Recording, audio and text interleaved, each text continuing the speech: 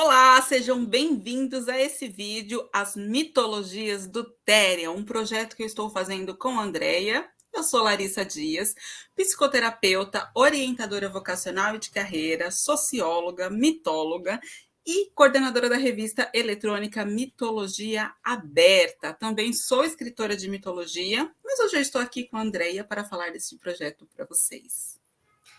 Olá, pessoal, tudo bem? É um prazer estar aqui com a Larissa hoje, iniciando esse projeto, né, que a gente decidiu fazer. Falando um pouquinho de mim, eu sou psicanalista clínica freudiana, também terapeuta holística, tá? Sou analista psicológica do mapa natal, o mapa astral, como vocês conhecem bem. Eu sou formada em tarô egípcio e mitologia egípcia. Também formada em mitologia nórdica e runemal, pelo Elder Futhark, pelo antigo Futhark, para quem não sabe. E também sou escritora. Falando um pouquinho do projeto, eu e a Larissa, a gente decidiu fazer esse projeto aqui porque ambas adoramos a banda Therion. E a banda Therion, né, a dinâmica dela é contar em suas letras diversas mitologias do mundo todo. E a gente decidiu iniciar essa sequência de vídeos que nós vamos fazer, e esse é o primeiro, sobre o CD Secret of Runes, que trata-se da mitologia nórdica no seu CD num todo. E depois a gente vai ter outras coisas bem legais também para falar, tá? A Larissa está aí mostrando, né? A capinha do CD, maravilhosa. E aí agora a gente vai para... Bora lá? Bora lá para o vídeo? Bora.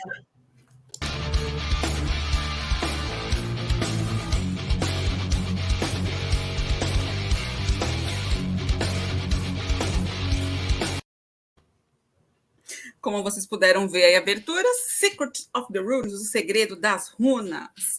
E vou falar um pouquinho agora para vocês, gente, sobre o Therion, porque o Therion foi uma banda, uma banda, né, de metal sinfônico formada lá em 1987, no ano que eu nasci. Portanto, ela tem 35 anos de história falando sobre mitologia, magia e ocultismo.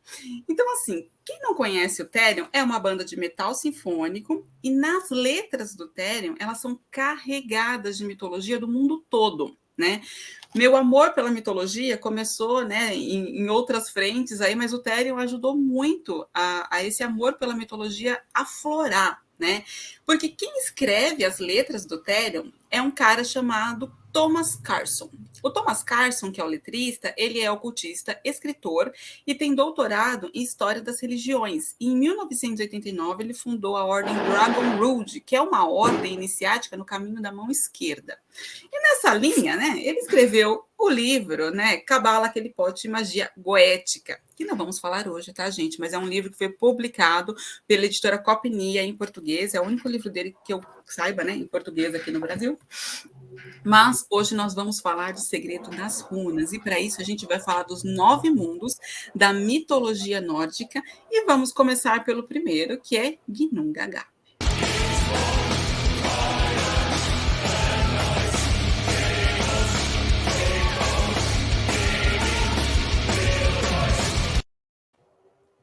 Bom, então vamos lá, né? Porque Ginnungagap, ele representa o vazio primordial, ele é o caos primordial, né? E essa ideia de vazio, de caos primordial, existem muitas mitologias. Nas cosmogonias, que é como se criou o mundo, né? Contava-se o seguinte, que o mundo começou a existir a partir do caos, né? Do caos existiu a ordem, e a ordem, a partir da ordem, tudo foi ordenado e as coisas puderam existir de fato, né? Na teoria da criação, o caos é o que surge primeiro e depois normalmente surge uma ilha ou alguma outra coisa, né? Um ovo cósmico trazendo essa ordem, esse primeiro ser e tudo mais. Quando a gente fala dessa teoria da criação no Therion, né? Eu vou passar alguns trechos das letras aqui, ora no idioma original, ora em português aqui para todo mundo poder entender, para a gente ver onde que a mitologia entra, né? Então, nessa primeira parte aqui da música Ginnungagap, né, Fall Deep in the Void, Back Whole of Nothing, ele está falando queda nas profundezas do vazio, no buraco negro do nada. Que é isso que traz essa teoria da criação, né? Do nada surge algo. E o que surge desse algo? Ymer, né? E aí ele fala: Ymer is born, fire and ice, chaos will form, making will rise. Ele diz que Ymer nasceu. Ymer é o gigante primordial, o primeiro ser, né? Fogo e gelo, né? Ele nasceu do fogo e do gelo e o caos tomou a forma que foi a forma de Ymer. Megin é a força, né? E essa força se levantou para que o mundo pudesse de fato existir, né? E mais para frente na letra ele traz outra questão, né?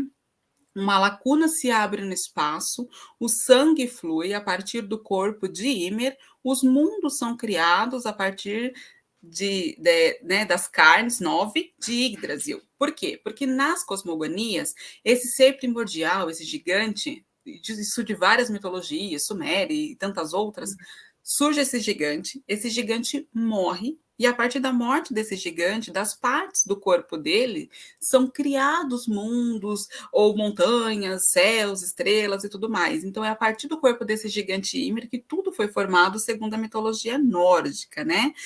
E é isso, né? Esse é o primeiro mundo da mitologia nórdica, que é o mundo de Ginnungagap. Queria agora que a Andrea trouxesse aí mais um pouquinho sobre Ginnungagap para vocês. E acho que essa contribuição dá para vocês entenderem bem como é que o Therion traz, né, essa riqueza mitológica em suas letras, né, Andrea? O Therion ele consegue poetizar, né, a mitologia, a história, enfim. A gente sabe que existem crenças, né? Tem grupos de pessoas que têm como base a crença na fé nórdica, que a gente fala, né? Então, como eu, a Larissa, a gente está inerte às religiões, então nós vamos tratar todas como mitologias, tá, gente? A mitologia nórdica, no caso Ginnungagap, ela é o vazio. Ela é a inexistência de algo, é o vazio, né? Tem isso em outras mitologias também, como a Larissa falou, né? O vazio, do vazio, alguma coisa acontece, né? Nesse vazio, alguma força, alguma coisa que se une, se choca e acaba nascendo uma outra criatura, que a gente pode chamar, outra vida, não importa. E aí, dentro dessa vida, começa a surgir outras e outras e outras e outras, até criar-se a existência do ser humano, o homem. Então, nada mais, nada menos que é o vazio, tá? Ele estava lá, não existia nada, era um nada. Eu sei que é difícil imaginar isso, né? O vazio, que a gente tem inúmeras coisas, né? No universo, mas pela crença dos nórdicos, né? Conhecidos como vikings, era essa a cosmologia deles que surgiu do nada, tá? E aí chocou-se, né, o fogo e a névoa, né, o gelo, que pode ser traduzido assim, e nasceu Ymir, tá? Então, é só um adendo, né, no que ela falou, que ela já deu uma completada no que seria essa letra dessa música aqui, esse vazio. E aí de Ymer, né, gente, surgiu todo mundo, tal, mas o que exatamente são esses, qual é a estrutura desses mundos? É Yggdrasil. Yggdrasil é a árvore cósmica da criação, que também existe numa série de mitologias, inclusive na Cabala, aqui no livro do Thomas Carson tem a árvore cabalística, né, e todas essas árvores são derivadas dessas árvores cósmicas, que na mitologia nórdica é Yggdrasil. E de Yggdrasil, né? Tem tanta coisa se você olhar a estrutura de Yggdrasil, mas o que interessa aqui para a gente trazer as letras são os 9 mundos. Como a gente falou, Ginnungagap é o vazio, e depois vem o mundo que a gente mais conhece, que é Midgard.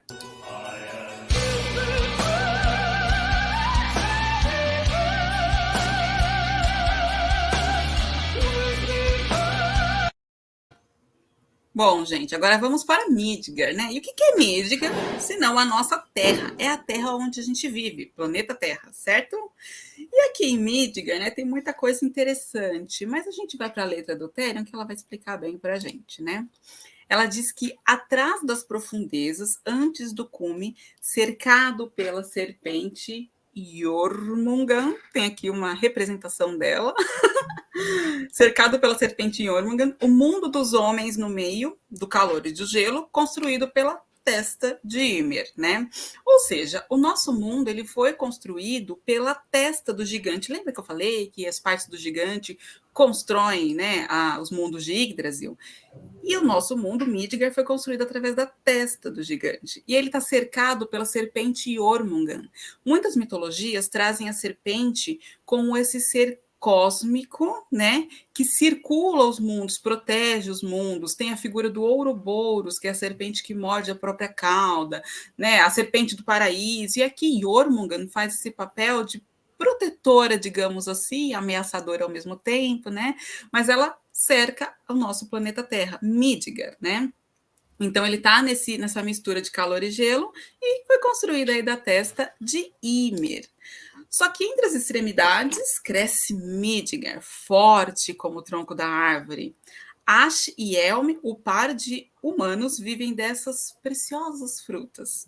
Mas em breve isso vai acabar. O que Therion traz nessa letra, né? Ele está falando que essas extremidades de Midgard, né, forte como o tronco da árvore, é a nossa terra, né, que tem essa força, né, essa força de crescimento, prosperidade e tudo isso. Ash e Elm é o primeiro par de humanos, né? Então, esse primeiro par de humanos que, na verdade, é da onde todos nós descendemos aí na história, né? E essas preciosas frutas são as frutas do paraíso, né? Do chamado paraíso, que como bom paraíso sempre acaba, né? Isso não é diferente na mitologia nórdica, né? Chega uma hora que até para os primeiros humanos acaba a vida boa e começa, né, digamos assim, o rock and roll aqui da história. Literalmente o rock and roll, né? Só que uma outra parte da letra Midgard, o Therion diz o seguinte: vamos defender Midgard. Nós chamamos o Altíssimo. Semeie pelo campo a runa de Yara. E por que tem que defender Midgard? Porque na mitologia nórdica existe uma batalha cósmica, né? E ela é uma batalha que já saiu nos oráculos, todo mundo sabe dela, que é o que é? O Ragnarok, o fim dos tempos, o crepúsculo dos deuses, quando os deuses morrem. Que maravilha, né? Então, quando a gente tem esse evento, né, aqui nós chamamos o Altíssimo é Odin, venha nos defender, Odin, por favor, né? Semeie pelos campos a runa de Yara. E essa runa de Yara, ela traz o quê? Depois de um tempo de paralisia, nada cresce, um tempo onde está tudo parado, Yara semeia vida nova, prosperidade, um novo momento, né? É isso aí, André, eu tô falando certo? Sim. Queria só fazer uma observação, né? Nós fomos para Midgard depois dessa criação, mas isso até pegando uma sequência das letras do CD, de Therion, enfim. Mas a sequência da cosmologia, da criação dos mundos não foram essas, tá, gente? Primeiro veio o mundo dos deuses, e etc, etc. Para chegar nessa letra aqui, já aconteceu várias coisas, né? E observem, para quem entende de mitologia cristã, que também tem uma certa semelhança sobre a questão dos finais do tempo, contados de maneira diferente. Então, quando a gente chega aqui, é que já rolou bastante coisa, já teve a criação dos deuses, né? Porque até a chegada de Ymir, não tinha ainda os deuses, que nós conhecemos, né? Como Odin, Thor e Companhia Limitada. Tá? Só para não ficar confuso, porque eu sei que tem uma galera que conhece a mitologia e fala, mas como assim? Né? Então, vamos... Nós estamos seguindo aqui, só para deixar claro, como a Andrea falou, a sequência das músicas do CD do Therion, porque a live é sobre as mitologias do Therion, mas o que a Andrea falou é super bacana de trazer, né? Porque essa não foi a sequência da criação dos mundos, mas é a sequência do CD do Therion. Então, e completando o que a Larissa comentou sobre esse Ragnarok, né, que seria o final dos tempos, isso a gente tem aí em outras religiões, né, também, em outras mitologias, vamos falar assim, de crenças. E a runa, Yara ou Yera, depende da região, tá, gente? O nórdico, ele não equipara só um país, ele tem várias regiões, como Noruega, uma parte da Alemanha, enfim, e cada região ela tinha uma pronúncia diferente, tá? Aqui no Brasil a gente acompanha a nomenclatura de Iera, tá? a banda Therion, ela é sueca, né? Se eu não me engano. Então Correto. ela tem uma outra linguagem, né, para tratar os nomes. Então cada região tem tem um nome um pouquinho diferente. E a Runiera, ela representa a Terra, por quê? Midgard, né? Vamos falar assim. Porque a Runeiera, a tradução dela seria ano, que seria ciclo, os quatro tempos, as quatro estações do ano. Né? Então, ela representa essas quatro estações. Eu tenho uma runa aqui que ela é ilustrada, tá? Então, aqui a gente pode observar a primavera, né? Que é quando começa a vir as flores, vai vir os frutos, o inverno, né? O outono e o verão, tá? Então, ela representa as quatro estações. Aqui a gente vê uma família desfrutando da prosperidade de Hera, que é a colheita, tá, gente? Então, Hera representa a colheita, tudo aquilo que você planta, você tem que esperar o ciclo acontecer para você colher e desfrutar. Então, por isso, por esse determinado tempo que ela tem, e a tradução dela, que é o ano, ela representa Midgard, que é o planeta Terra, que circunda o seu ciclo em torno do Sol em um ano. Perfeito. Agora que a gente falou de Midgard, né? Vamos para a próxima música do CD, lembrando que não é a sequência dos mundos da criação, né? Que é Asgard.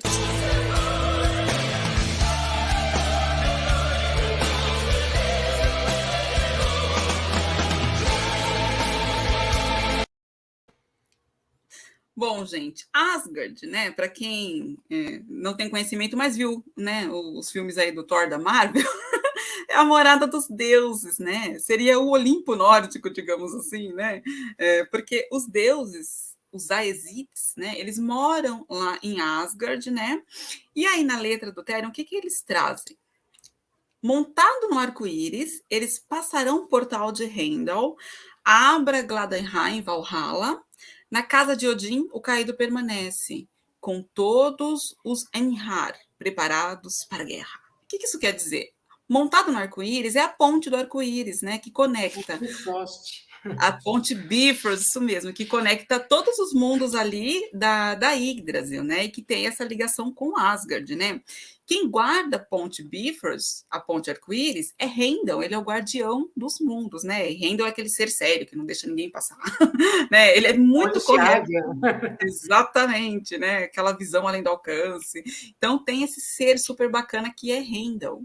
Abra Gladenheim. E o que é esse Gladenheim? É um reino de Asgard, onde está o Valhalla, que é o salão que ficam os guerreiros de Odin. E quem são esses guerreiros de Odin? São guerreiros valorosos que morrem, né, em Midgard e tal, e vão lá para o salão do Valhalla, serem servidos com hidromel e tudo mais aí por mulheres maravilhosas e tal, né? Virgens lindas, né? É o que diz a mitologia. Eles estão se preparando para a batalha final. Eles não estão lá brincando, né? Eles estão lá exatamente para se preparar para o Ragnarok. E quando ele fala aqui, né? A casa de Odin, o caído permanece. São esses guerreiros, aqueles que caíram em batalha, mas que vão para a casa de Odin. E eles se chamam Einherjar, né? Eu não sei se eu falei certo, aqui é um nome complexo. Tem várias coisas complexas aqui de pronúncia na mitologia nórdica. Que espero ter falado certo.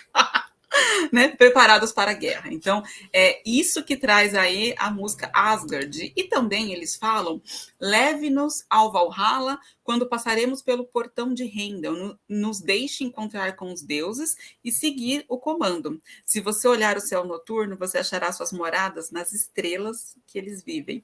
Olha que coisa linda, né? Ele está falando poético, né? Dá até um arrepio. É porque a gente não consegue colocar a música aqui para vocês, né, completa, mas as músicas são belíssimas, assim, isso aqui é a letra só, mas com o conjunto da música, ouçam o CD do Therion, tá, porque eles são maravilhosos mesmo. E aqui ele está falando que esse portal de Heimdall é onde os guerreiros passam, que depois que os guerreiros passam, eles moram nas estrelas, né? Olhando para o céu, a gente pode ver os guerreiros, que é uma coisa que a gente acaba trazendo também daquilo das pessoas que morrem, né? As pessoas que morrem vão para onde? Para as estrelas, né? Quando a gente olha para os guerreiros caídos, olha para as estrelas, a gente relembra daqueles que se foram, né? Daquelas pessoas valorosas que se foram. Então aqui é muito interessante porque Asgard é isso, né? Asgard é esse reino maravilhoso. Fale um pouquinho de Asgard, Andréia, aí para nós agora.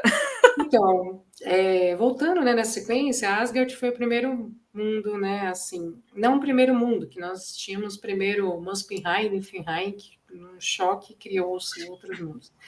Mas Asgard, na verdade, fica os deuses Aesir. Que são deuses Aesir? Deuses Ases, que são os deuses de batalha, deuses de guerra. Porque nós temos também outros deuses, que são os deuses Vanir, que ficam em outro mundo, que nós vamos falar depois, que são outros tipos de deuses, que não são deuses de batalha, apesar que deu uma deusa aqui, que é, junto com o teu irmão gêmeo, ela é guardiã desse mundo, ela é uma deusa guerreira também. Porém, os deuses guerreiros, né, e outros mais que Odin adotou, ficam em Asgard, tá?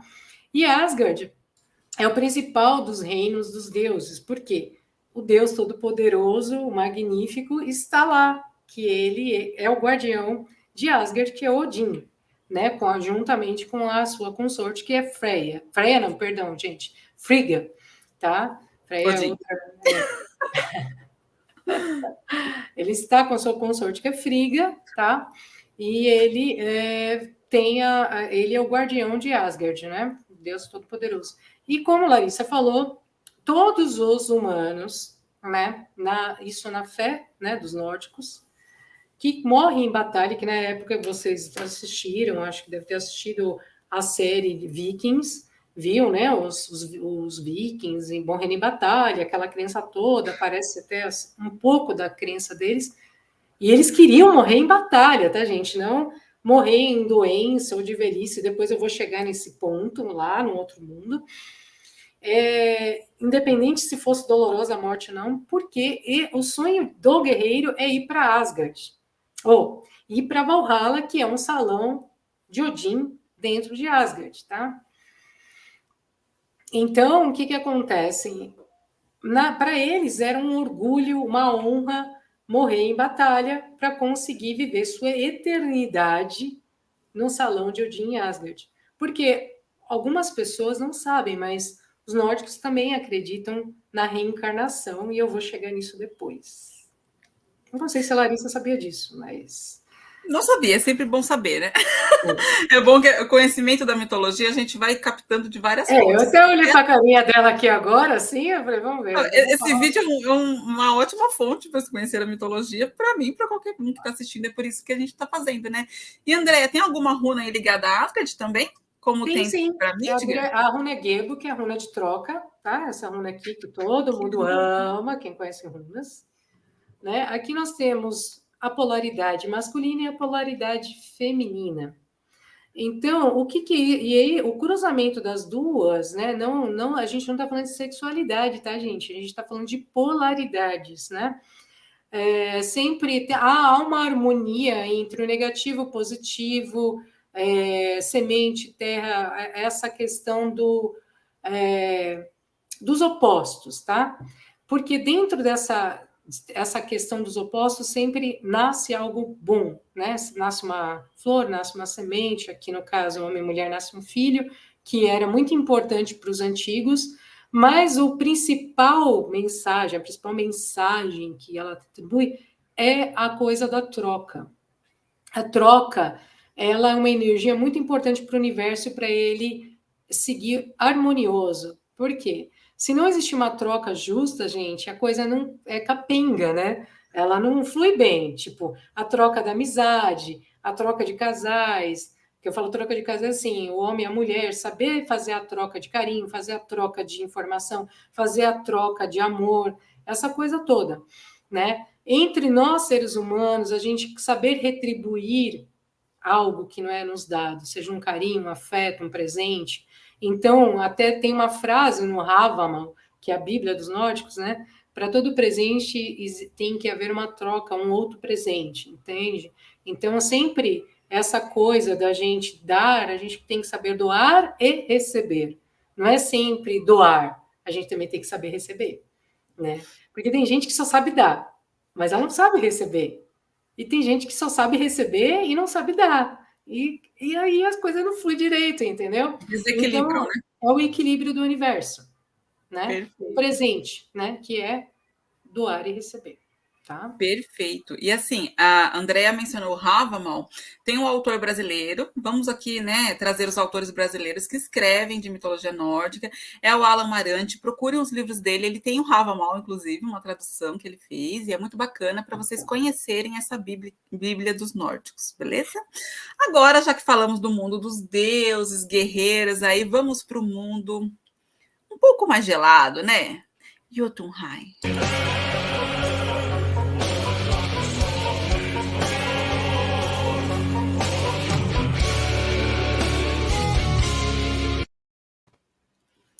Bom, pessoal, Jotunheim é o mundo dos gigantes de gelo e rocha, né? Então, é esse mundo aí que todo mundo, quem assistiu os filmes da Marvel, né, conheceu Jotunheim em algum momento aí, né, nas aventuras de Thor, onde não devia estar, mas tudo bem. Indo onde não deveria ir, né? Mas ok. Então vamos lá entender o que é esse Jotunheim, né? Pela letra do Therion, claro, né? A gente está seguindo aqui a ordem, então vamos ver o que a letra fala. Jotunheim chame os gigantes do caos, todos os lobos de Jarverden, toda a escuridão de Utgard, chamado de Jotunheim, né? Então, esses gigantes do caos são gigantes primordiais, né? Eles são um dos primeiros seres existentes, né? Os lobos, né, de Jarveden, na verdade, é uma floresta de Midgard habitada por lobos gigantérrimos, né? Então, assim, não é lobinho, tá, gente? É os lobos, né? E essa letra aqui, o chamado de Jotunheim, né? Essa escuridão de Utgard, na verdade, esse chamado de Jotunheim é esse mundo de gelo, essa coisa, né, mais fria, mais contida, né, e mais dura, digamos assim, né? Uma coisa mais dura. Na outra parte da letra, eles falam o seguinte: ouça, Mimer, venha, seu poço, você vê a água da memória. E o que ele está falando com isso, né? Mimer é o mais sábio dos deuses, é o Deus que tem mais sabedoria, né? Teve um ser aí que bebeu da fonte de Mimer, que chama Odin, né? E aí por isso ele ficou extremamente sábio, mas ele foi lá beber do poço de Mimer, né? Dessa fonte aí de sabedoria que é a própria divindade, né? Mas não foi de graça, né? Vamos lembrar disso. Gente, nada é de graça, tá? Então, realmente tem essa questão aí, né? Nada é de graça e a gente precisa entender bem como isso funciona. E tem uma outra parte da letra ainda, né? Que sempre fala dessa questão da escuridão, né? Do que representam os gigantes do gelo. Loki era filho de um gigante do gelo aí, para quem sabe, né? O deus das aventuras, das trapaças, né? Um deus muito astuto, né? Fale um pouquinho, então, agora para nós, por favor, Andréia de Jotunheim. Bom, gente, a Larissa já deu uma explanada em Jotunheim. Jotunheim é onde vivem as criaturas de gelo, gigantes de gelo. Eles eram gigantes mesmo, maior que os deuses Aesir. E, obviamente, né, que Odin tinha um poder sobre isso e existia uma diplomacia ali, né, entre Odin e esses gigantes. Em uma das guerras e brigas, né, Odin matou alguns gigantes e tinha um bebê gigante lá. Ele acabou ficando emocionado, né, vendo aquele bebê ali sem pai e sem a mãe, e acabou adotando a criança gigante de gelo, que é o Loki, né?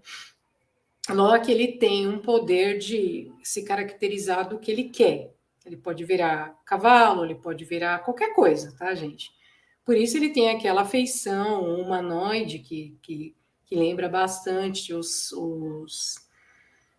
deuses Aesir, né? Para não ter aquela aparência de gelo dos gigantes de gelo, que como era lá os pais dele, que era Jotunheim. Então, esse mundo, ele é escuro, frio, como Larissa falou, tem aqueles lobos enormes, né? Mas todos contidos lá por essa diplomacia esse acordo que fizeram com o pai de todos, que é Odin, né? Tanto que, para quem conhece mitologia, e a Larissa tem um objeto aí que ela vai mostrar para vocês, quando um dos filhos de Loki, porque Loki teve alguns filhos, inclusive uma deusa, foi Fenrir, que é um lobo gigante, que Aquele não representa... tá tão gigante, tá? Mas, ó, finge que ele é enorme. Ele é um deus, ele é um lobo gigante e ele representa o caos. Ele sai devorando tudo e todos, entende? Inclusive os deuses, né? E precisa ter muita coragem para conter esse lobo. E nós temos toda umas sagas, né, dos deuses contando as histórias nas crenças, né, dos antigos. Como que foi isso daí? Só para explanar de onde veio, quem veio e como foi tudo isso daí, tá? Então, para quem acha que Loki é o filho de Odin, não é, tá, gente? Isso aí a Marvel fez direitinho, ele é adotado. Ele não é o irmãozinho de Thor. Bom, então esse lobo Fenrir, na verdade, né? Tanto ele quanto a serpente, né? Que estão quase que a família toda reunida. E a deusa Hel são filhos, na verdade, de Loki com a gigante Angborda, né? Que é uma gigante de gelo, uma gigante de gelo, né? E tem alguma runa aí ligada a Jotunheim? Temos sim. Issa ela representa o gelo primordial, tá, gente? Ela tem um formato, ela que define praticamente todas as runas aqui. Ela é a base de todas as runas, ela que dá o centramento de tudo, né? Porque eu não sei se as pessoas sabem, mas para os nórdicos são países muito frios, né? Diferente de nós que moramos no país tropical. Para nós, o inferno aqui é repleto de fogo. Para eles, o inferno é o gelo completo, né? E aqui ela representa estalactites, né? Que nascem assim, que são pontudas. Então, aquilo é muito forte, gente. Se aquilo esbarra em você, te corta, te machuca e pode até te matar, assim, é enficada, tá? E quando tem esse gelo, ele é tudo parado, você está estacionado, estagnado, frio, as coisas esfriam, elas perdem aquele calor, aquela paixão, elas se paralisam, tá? E a representação, porque é o mundo dos gigantes de gelo. Pode ser que você encontre outras informações na internet, tá, gente? Por quê? Como eu até expliquei a Larissa, antes da gente começar esse trabalho, existem regiões, né? Os nórdicos são regionais, eu até falei aqui um pouco também. Então, tem regiões que interpretam as coisas de uma maneira um pouco diferente. Você vai ter, numa mesma coisa, uma interpretação, versos, até inclusive versos, né? Referente a runas, de formas diferentes, e a pronúncia também de forma diferente, escrita. Então, pode ser que você encontre aí na internet, que a internet tem de tudo, outro formato desse mundo aqui, que seja outra runa, tá? Isso aqui é uma runa ilustrada, tá, gente? A gente não joga runas com esse tipo de runa. Isso aqui é só para quem gosta, tem para a gente ver a ilustração. Eu tenho milhares de tipos de runas aqui, de madeira, de pedra, ilustrada como essa, também importado, tenho essa aqui que é nacional, mas é mais para questão de coleção. Mas o jogo não é feito por essas, tá? Só para conhecer. Andréia, mostra novamente a carta, vou até aproximar um pouquinho, porque, para quem não sabe, gente, runas são esses símbolos aqui embaixo, sobe um pouquinho. Isso aqui, ó. Isso, aqui tem a ordem dela no Elder Futhark, tá, gente? Uhum. Nós estamos tratando aqui, como a maioria dos jogos de runas que são vendidos no comércio, eles vendem só o Elder Futhark, que são 24 runas. Alguns vêm com uma runa branca, outros não, tá? Então, aqui a posição dela no Elder Futhark, que é o segundo Etir, tá? Que é a segunda sequência de 8 runas. Aqui é a letra que corresponde a essa runa, que é a letra I, tá? E aqui é o formato dela. Okay? Porque a runa são esses símbolos, né? São símbolos oraculares, eles representam o alfabeto também, isso. Além disso, são símbolos mágicos. Então, assim, runa, né, não é brincadeira, né? Muito pelo contrário, é esse conhecimento, né? que veio aí dos nórdicos e ele representa muitas coisas. Então, runa não é só um oráculo, não é só um alfabeto, não é só um símbolo mágico. Ela é tudo isso e um pouco mais, né? Um pouco mais. Então, como a gente está falando dos segredinhos das runas, e a Andrea está trazendo vários segredinhos aqui para nós, né? Como, né, uma mestra aí de runas, é muito bacana isso, que a gente fala da mitologia, fala das runas e apresenta para quem não conhece também de uma forma mais fácil, né? Mas agora que a gente já saiu do mundo gelado, né? Vamos para um outro mundo, Schwarzobirheim.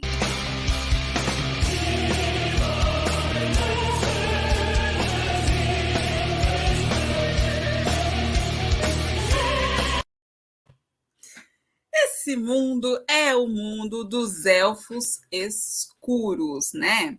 A mitologia nórdica é carregada de elfos aí, para quem conhece, e esse é o mundo dos elfos escuros, aqueles que são do lado negro da força, digamos assim, né? Mas vamos olhar agora rapidamente a letra dessa música, porque ela está neste idioma sueco. Então, assim, não vamos olhar, né, para a letra original, porque senão a gente vai pirar, e vamos para a letra em português aqui, que é a melhor coisa que a gente faz. Bom, o que diz essa letra dessa música super bacana? Vocês ouvem o ressoar dos martelos? Ouçam o ressoar dos martelos. São os filhos de Ivaldir. Ouçam, eles forjam o tesouro brilhante, a divindade dos deuses. Só um adendo, tá, gente? A Larissa falou dos elfos escuros, mas junto com elfos escuros, aqui que mora também os anões. E esse Ivaldir é um dos, né? Exatamente, que tem 3 filhos muito interessantes, né? Não nomináveis aí, mas que são extremamente importantes aí na mitologia.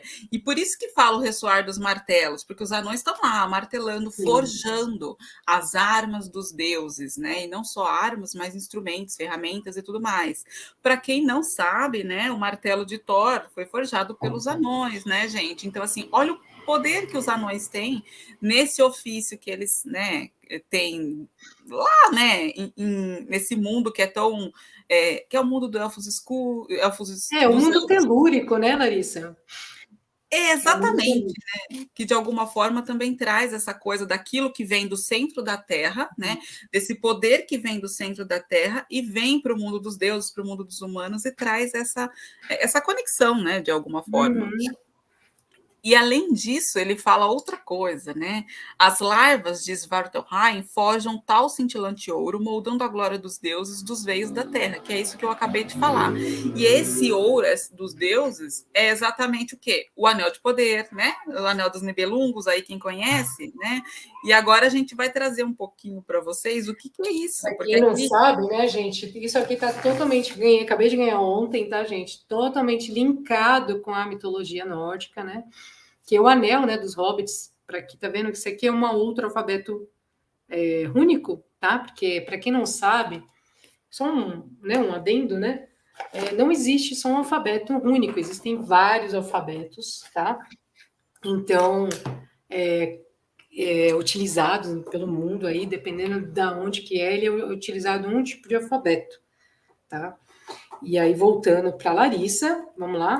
Beleza, não, só tirei aqui para você poder falar, né? E tem muita informação aqui nessa letra, então, né? Aí, só para não confundir as informações. E aqui ele, né, estava falando lá das armas dos deuses, e na letra ele fala Draupnir, que é o anel mágico de poder, Mijoir, que é o martelo de Thor, né? E Gullinburst, que é um javali gigante de ouro, né? Todos esses seres, né, que na verdade as armas são meio vivas também, né? O anel de poder tinha vida própria, todo mundo sabe aí o que ele causou aí, né, no anel dos Nibelungos, né? E porque o Hobbit, o Senhor dos Anéis, tudo mais, é derivado da mitologia nórdica do anel dos Nibelungos, né?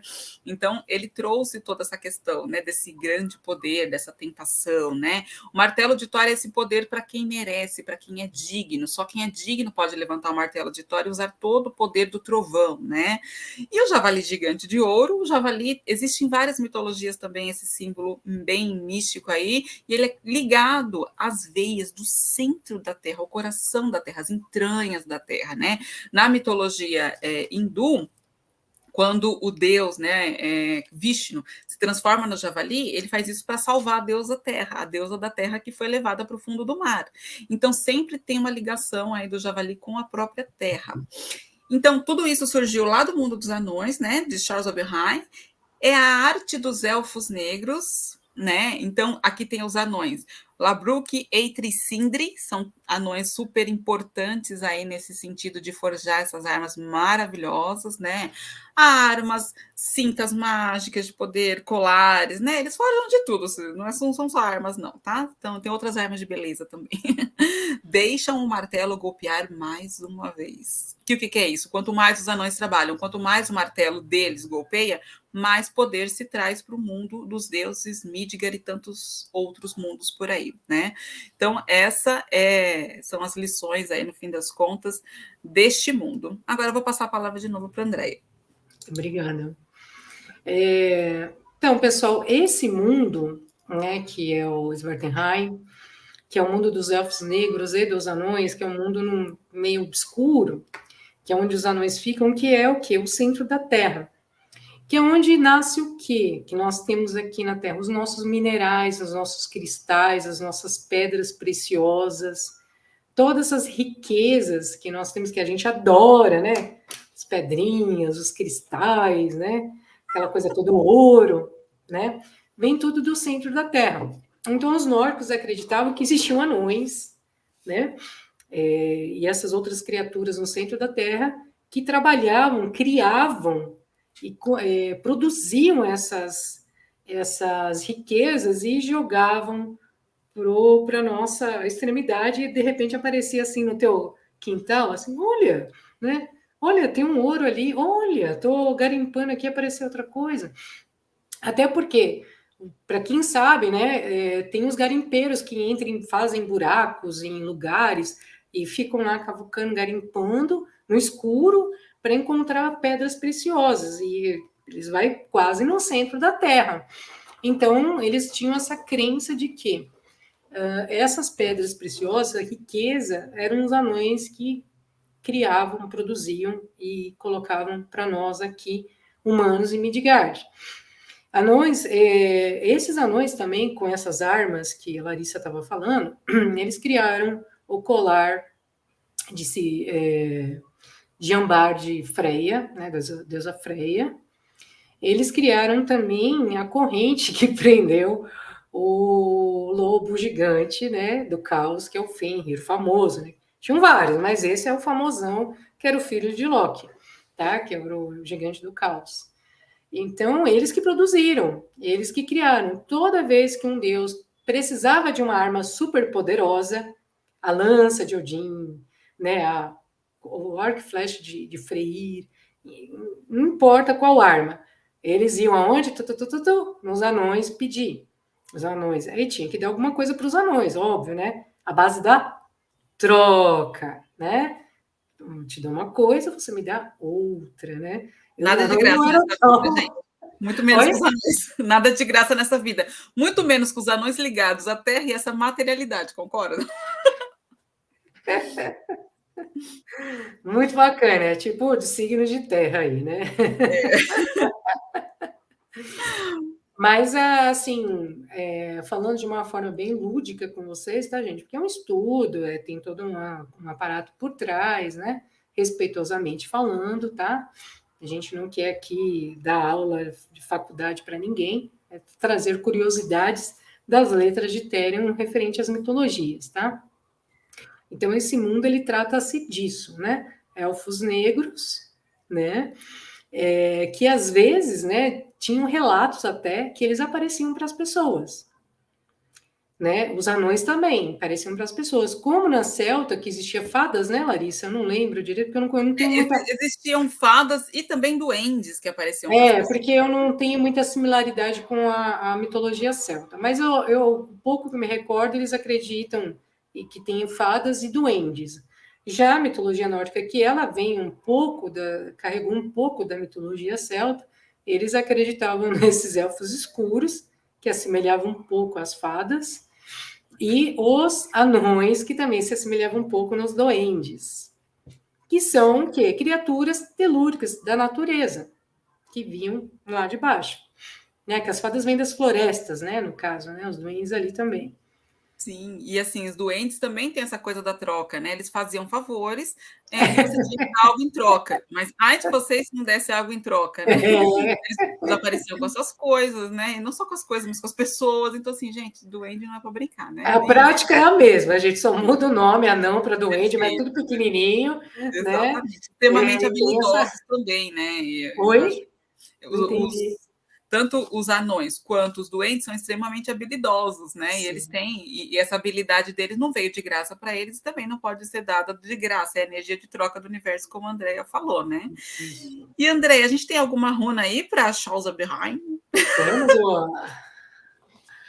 a Eivas, né? Nós temos uma runa chamada Ewas, e essa aqui é a Ei. Ela começa com EI, a letra EI. Então a gente pronuncia Eivas, e obviamente tem outras formas de pronunciar essa runa ou escrever essa runa, tá, gente? Essa aqui é do Elder Futark, mas a gente tem outras regionais, nomes regionais, com outras pessoas que podem pronunciar, tá?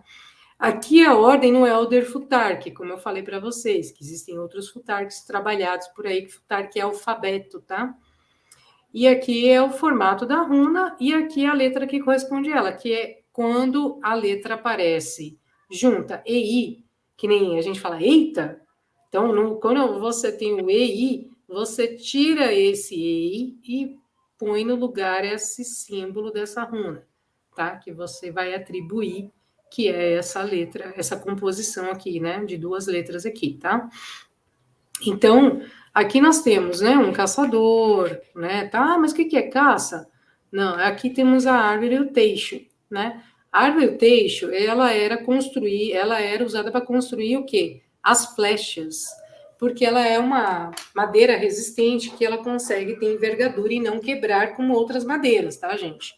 Por isso a representação aqui do arco e da flecha, tá? Não se apega à caça ou o animal, mas você pega isso daqui e a árvore aqui no fundo, tá? Então ela era utilizada para fazer o arco e flecha.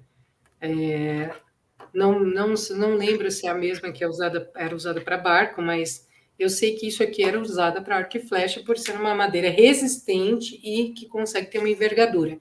E a mensagem que ela passa é que a gente tem que ser resiliente, né, resistente nas batalhas da nossa vida, né? Porque nem tudo é flores, a gente tem uma vida cíclica, né? Então, às vezes a gente está em cima, a gente está embaixo, a gente não está bem, às vezes a gente está bem. E quando a gente não está legal, a gente tem que se manter resistente, que as coisas vão fluir, as coisas vão dar certo. Ou seja, a gente tem que aguentar as marteladas dos anões aí, firmes e fortes, esperando o próximo momento perfeito. Mas como tudo não são só elfos escuros e anões e profundezas da Terra, vamos para Lewis of High.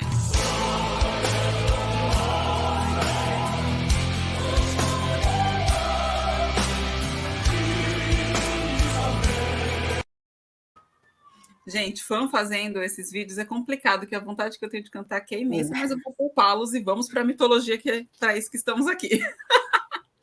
Bom, Lúthien é o lar dos elfos claros, né? Dos elfos de luz, que conforme a Andrea trouxe aí, né? Também é chamado de Alfheim, né? O outro nome de Lúthien. E aqui nós temos a letra dizendo o seguinte: resplendor solar do Lorde Frey, o iluminado. Em Lúthien, ele é o rei dos elfos. Então tem esses elfos claros, que são esses espíritos de luz iluminados, belíssimos, inclusive, que a mitologia traz com essa beleza. E que a letra do Therion fala aqui: a beleza o torna cego, preenche sua mente, você voa e perde o seu abraço. Por quê? Porque aqui está falando que essa beleza ela é tão magnífica que ela te ilude. Você fica, um ser humano, quando vê aí um elfo de luz, né, fica abismado, chocado e completamente entregue, né?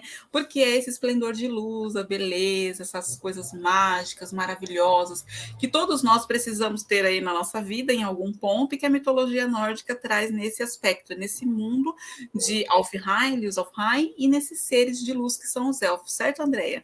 Certo. Essas criaturas, vamos falar assim, né, os elfos claros, eles não apareciam para os humanos, tá? Eles descrevem como outras abordagens, como acho que Odin deixou várias coisas escritas e tal. Tem muitas crenças que diz que Odin andou pela Terra com vários nomes, né? Vale, tal, enfim, né? Não dá para entrar em detalhes que a gente ainda vai ter outras músicas e outras coisas que vai falar exclusivamente de Odin. E esses elfos, gente, se a gente for traduzir eles ou fazer uma analogia com a fé de outras mitologias, eles se assemelham a anjos, tá? E esses elfos, é eles que dão a inteligência para o ser humano, desse mundo de Alfenheim, que traz um intelecto, né, a energia de intelecto para os seres humanos, a racionalidade para os seres humanos, tá? Porque vocês podem ver, Svartalfheim, que é dos elfos escuros, né, os anões, eles trazem os minerais, né, as pedras preciosas, essas coisas, as riquezas da Terra para cá. Alfenheim, ele traz o quê? A inteligência, o intelecto para o ser humano, na sua mente, a sua sopro de luz, né? Então, assim, como falam que viam, né? Eles chegaram a ver os elfos negros, anões e tudo mais. Ao contrário disso, os elfos claros não apareciam, tá? Não sei se tem alguma escritura que eu desconheça que chegaram a aparecer para humanos, mas até onde eu entendi, onde li, não eram criaturas que apareciam, tá? Mas era descrito por outras entidades a sua beleza e esplendor, como Larissa falou. Eram realmente elfos muito bonitos, de iluminação plena, como nós olharmos para o sol, né? Tanto que a runa que rege esse mundo, lembrando o quê? Né, você vai encontrar várias interpretações em sites por aí que vocês encontrarem, é a runa Suílo, né, que é a runa do sol, que ela representa a iluminação, tá? O calor, a iluminação, que é essa daqui, tá? Aqui nós temos um guerreiro, né, loiro, que é representado pelos vikings por causa da região, então a maioria das pessoas eram loiras e claras, tá, gente? E aqui a ordem, né, do Futark, do Elder Futark, tá? Aqui é a sua simbologia, que é um raio de sol, na verdade, e aqui é a sua letra S, que representa a letra S no nosso alfabeto. Tá? E é muito interessante porque quando você fala que os seres de luz não apareciam aí para os humanos, é muito aquela linha de que não se pode ver um Deus na sua forma real, né? Porque quando Zeus, por exemplo, aparecia para os humanos, não era na forma real, porque quando, né, as divindades ou os humanos pediam para ver Zeus em sua forma real, elas morriam, porque ninguém aguenta ver um Zeus. Não, na nossa capacidade humana, a gente não, nesse corpo físico, a gente não consegue ver, é como a gente olhasse para o sol, a gente fica cego. Não enxerga nada, né? É Na letra já fala isso, né? Você se perde nesse abraço porque você vai embora e aquilo preenche a sua mente, não sobra espaço para mais nada, né? E o humano acaba aí. Então é um poder muito grande para os humanos lidarem, né? Bom, depois que a gente foi aí para o mundo, né, de luz, vamos para um outro mundo muito interessante que tem a ver com luz, mas um outro tipo de luz. Muspelheim.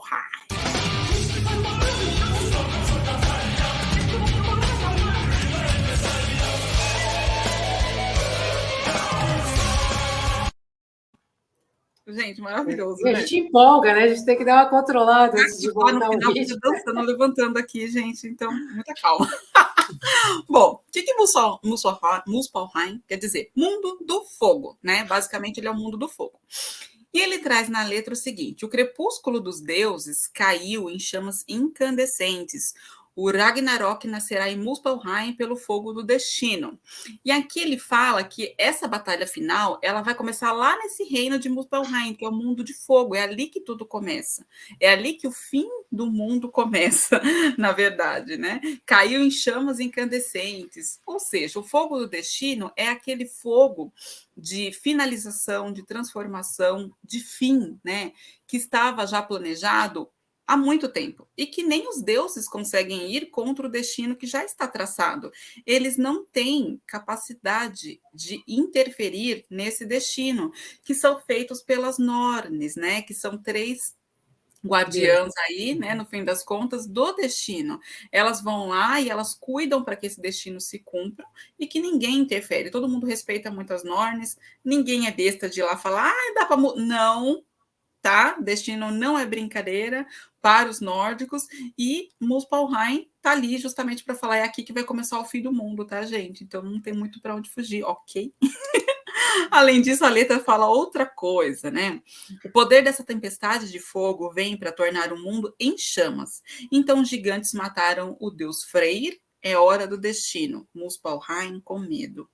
Por quê? Essa tempestade de fogo que surge, esse fim do mundo que surge lá em Muspelheim, fala que é para acabar, de fato, com o mundo como a gente conhece ele hoje. E quando esses gigantes matam o deus Freyr, que é o deus da prosperidade, da fertilidade, da continuação da vida e tudo mais, é a hora do destino, as coisas vão acabar, as coisas vão ter seu fim. Muspelheim com medo quer dizer o quê? Que até Muspelheim vai acabar. Então, assim, não vai sobrar nada, né? Isso tudo vai terminar porque o destino é assim, ele é muito certo, muito preciso, e ele caminha para esse fim. Esse fim não tem muito o que fazer com ele. Eu acho que essa é uma mensagem muito interessante aí da mitologia nórdica, que às vezes a gente precisa entender que o nosso destino chega para a gente também saber o que fazer com ele, né? Olhar as coisas como estão hoje, saber transformá-las a partir desse fogo da transformação que é simbolizado aí por esse mundo, certo? O que você me diz, Andréia, sobre esse reino de fogo? Bom, esse reino de fogo e essa questão dos fogos, a gente vê isso em outra mitologia também, que fala, a mitologia cristã, né, que a gente conhece bastante, que os finais do tempo são várias chamas de fogo vindo dos céus. E não é muito diferente do que os nórdicos acreditavam. Isso dá um pouco de medo, né, Larissa? Porque não é só um povo que fala, né? Só uma crença que fala, tem outras que falam, né? Que o mundo vai acabar sem fogo, tá todo mundo falando, na verdade. Então eu tenho um pouco de receio. Mas Muspelheim, na verdade, gente, ele é um mundo só de fogo, ele não é habitável. Ele não tem nenhuma criatura, ser vivente, nada, nada, nada habitável lá. Ele é puro fogo, uma bola de fogo, tá?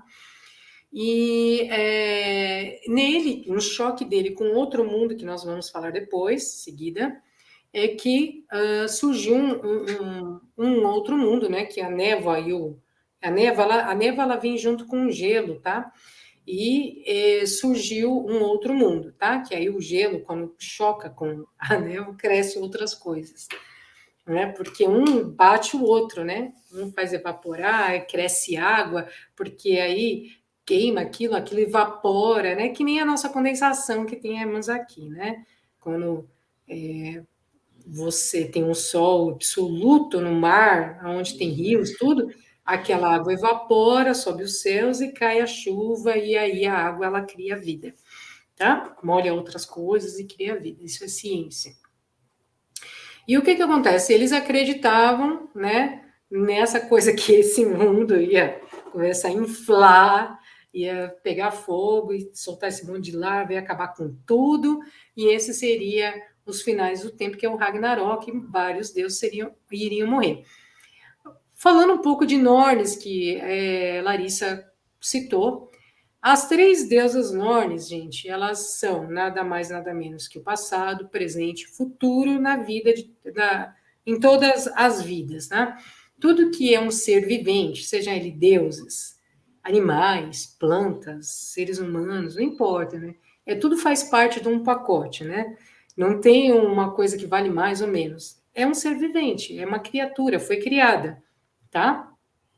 A nossa diferença entre essas outras criaturas é que a gente tem um poder racional de inteligência, enquanto outras elas são mais instintivas, né? São mais natureza, tá?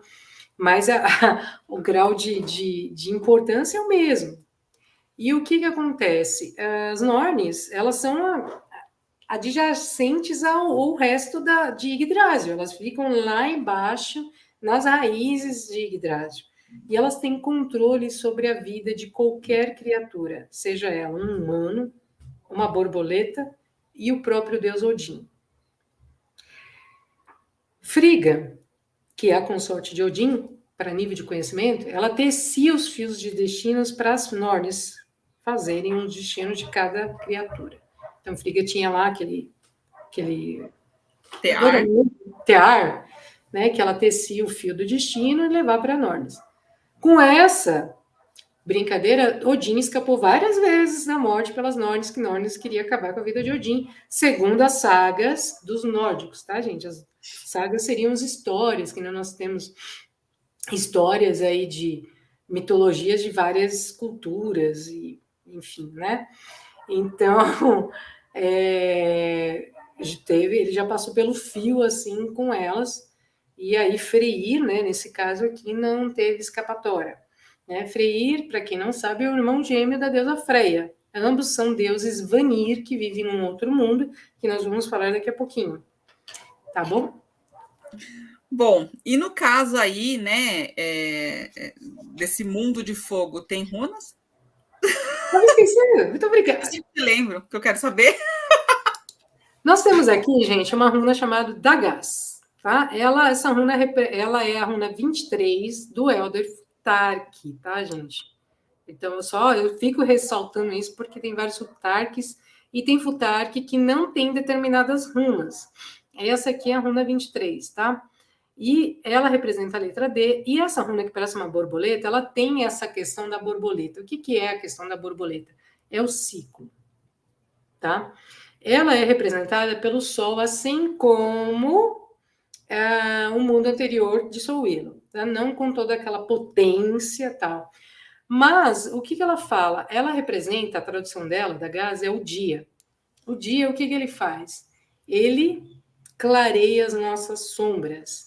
E ela representa a transformação na vida de uma criatura, do ser humano, não importa o que seja. É o final de um ciclo para um outro melhor.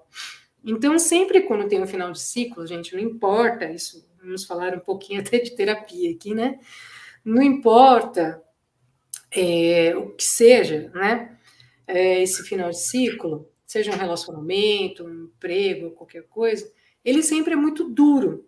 Ele não é uma coisa confortável. Por mais que você esteja passando uma situação difícil naquela situação que seja um relacionamento, nós seres humanos, temos um péssimo hábito de acostumar-se a algo ruim. Nós acomodamos algo ruim e nos acomodamos a esse algo ruim. Então, quando aquilo é cortado, porque às vezes a gente não tem coragem de cortar, a gente fica sem chão, né? Putz, o que eu faço na minha vida agora? Porque a gente não se mobilizou para, né, dar um fim naquela situação. Aí vem alguma outra situação que vai lá e plump, corta. Se você não cortou algo, vem e corta por você. Só que aquilo, na verdade, é uma coisa benéfica, né? Porque depois daquilo, depois que você passar todos os perrengues, você vai ver um lado bom da coisa. Por quê? Ele clareia todas as sombras que você tem. Você se encara. Todo mundo tem sombra, gente. Não existe nenhuma perfeição aqui, né? Todos nós temos luz e sombra. E nós temos as nossas sombras.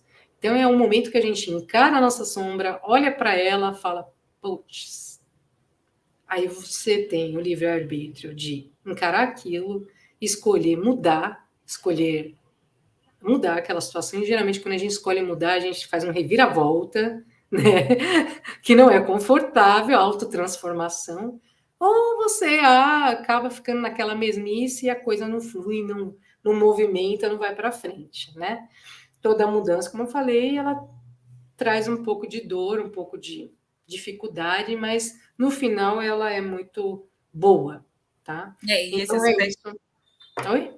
Não, esse aspecto que você trouxe da borboleta, da transformação pelo fogo, ela também está ligada à fênix, que é a ave que tem ligação com o fogo, morre para poder renascer, né? E através das chamas, do fogo. Então, o fogo transforma. Isso é uma característica do fogo em várias mitologias.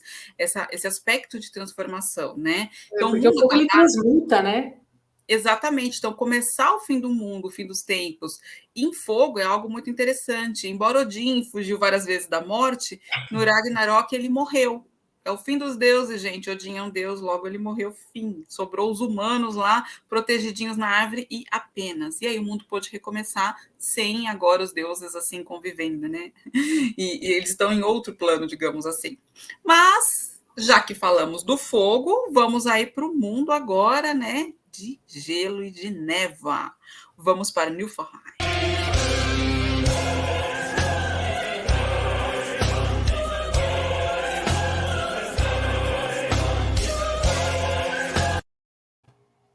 Bom, gente, como eu falei, né, Niflheim é esse mundo de névoa, de gelo, né, com o qual se juntou aí a Muspelheim para gerar todos a Terra e tudo mais, como a Andrea trouxe aí logo no comecinho do nosso vídeo aqui, né?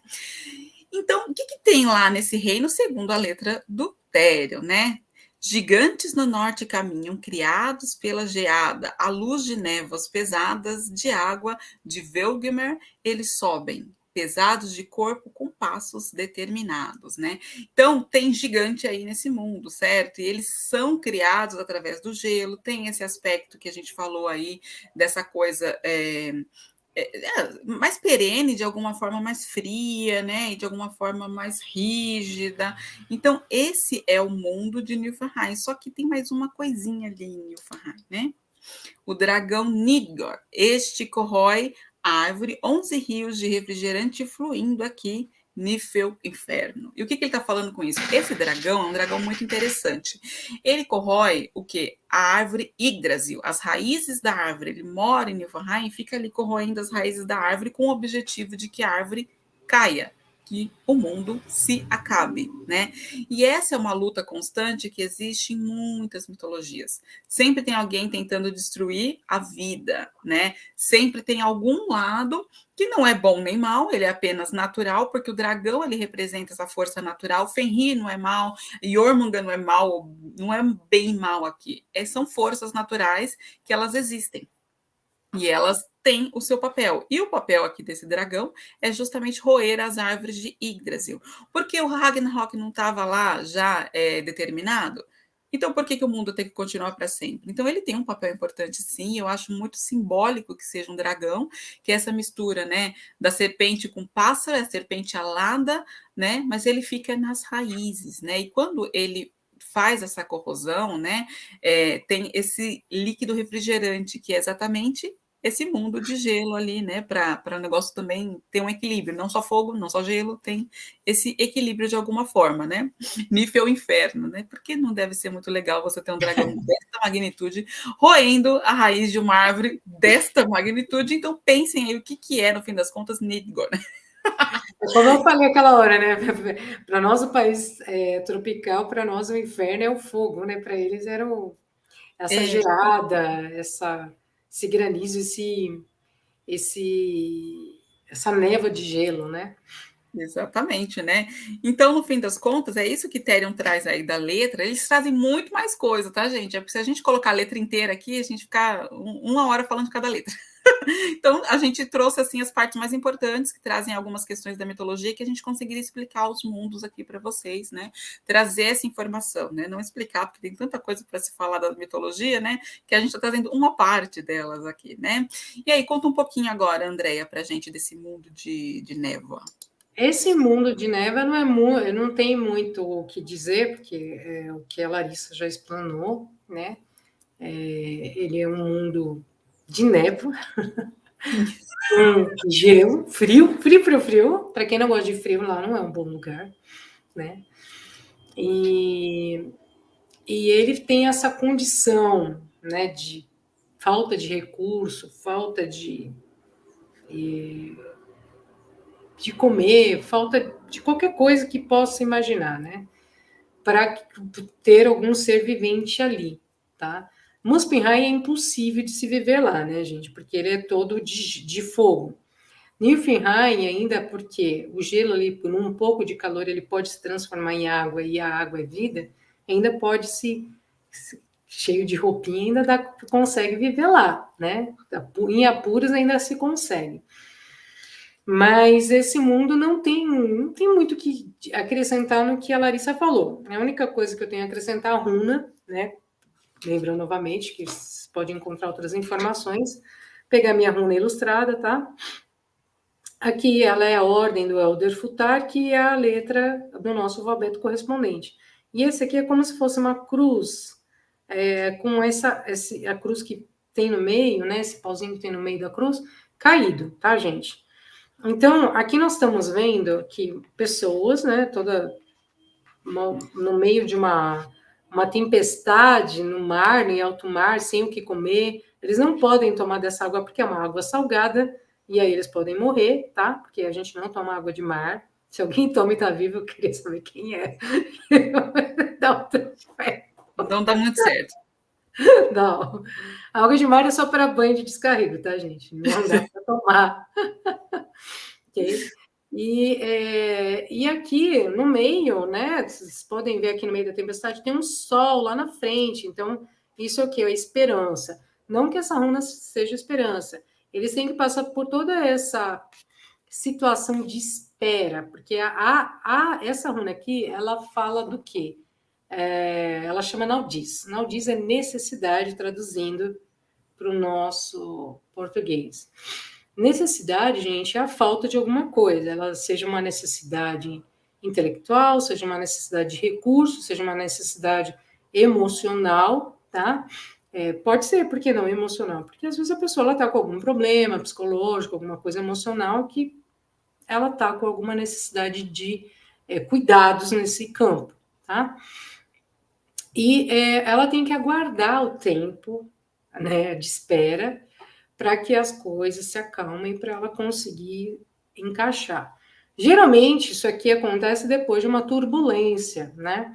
De uma transformação trágica na vida dela, tá?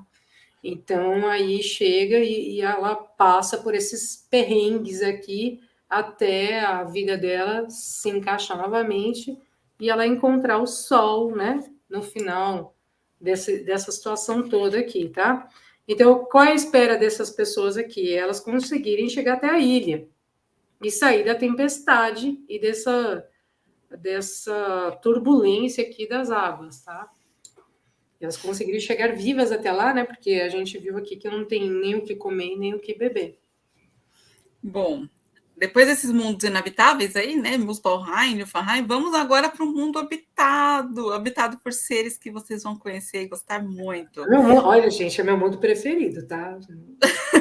Vocês vão entender por quê. Vanaheim.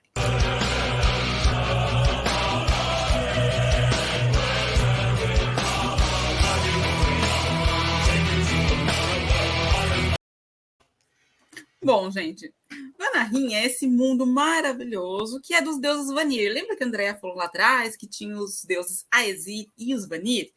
Esse é o mundo dos deuses Vanir. Que deuses são esses? São deuses que trazem de alguma forma a fertilidade, a paz, o prazer, né? Eles são diferentes dos deuses da batalha. Tem deuses lá, como a Andrea falou, que estão ali para proteger, né? A própria Freia, a deusa do amor e da guerra, vamos lembrar disso, né? Ela não é só do amor, mas ela é do amor, gente. Entendeu? Então, ela tem essa característica da própria reprodução, da sensualidade, da sexualidade, né? Freyr também. A deusa da magia também. Sim, né? Tem muitos atributos Freya, assim como Freyr, que é o irmão dela, né? E Freya não vivia bem lá com os deuses em Vanaheim, né? Porque ela foi levemente levada para, né, para alguns outros mundos. Na verdade, tem umas histórias aí de Freya e de tantos outros deuses. Mas o que a letra do Therion traz aqui para esse mundo? Ele diz que pegue a semente de Freyr e ponha no solo sagrado para torná-lo vivo e a fertilidade levantará. Freyr é o deus da fertilidade. Então tem essa questão da semente de Freyr, né? O próprio sêmen de Freyr, ou aquela semente que é plantada na terra e cresce, gerando alimento para que as pessoas possam se alimentar. Todos os deuses da fertilidade, de todas as mitologias, trazem esse aspecto de você poder plantar, colher e aquilo gerar prosperidade. Porque quando a gente fala de prosperidade, hoje a gente está falando de dinheiro. Mas naquela época a gente estava falando de comida, né? E essa comida é extremamente necessária para que você tenha outros bens, gere riqueza e tudo mais. Então, plantar a semente de Freyr na terra é gerar prosperidade para o povo, tornar o povo vivo, né? E essa fertilidade vai ser possível, ela vai se levantar. Além disso, uma outra parte da letra fala para entrar em Vanaheim, né? Aqui tá em sueco, tá, gente? Então vocês vão ouvir várias formas de expressar os mundos, tá?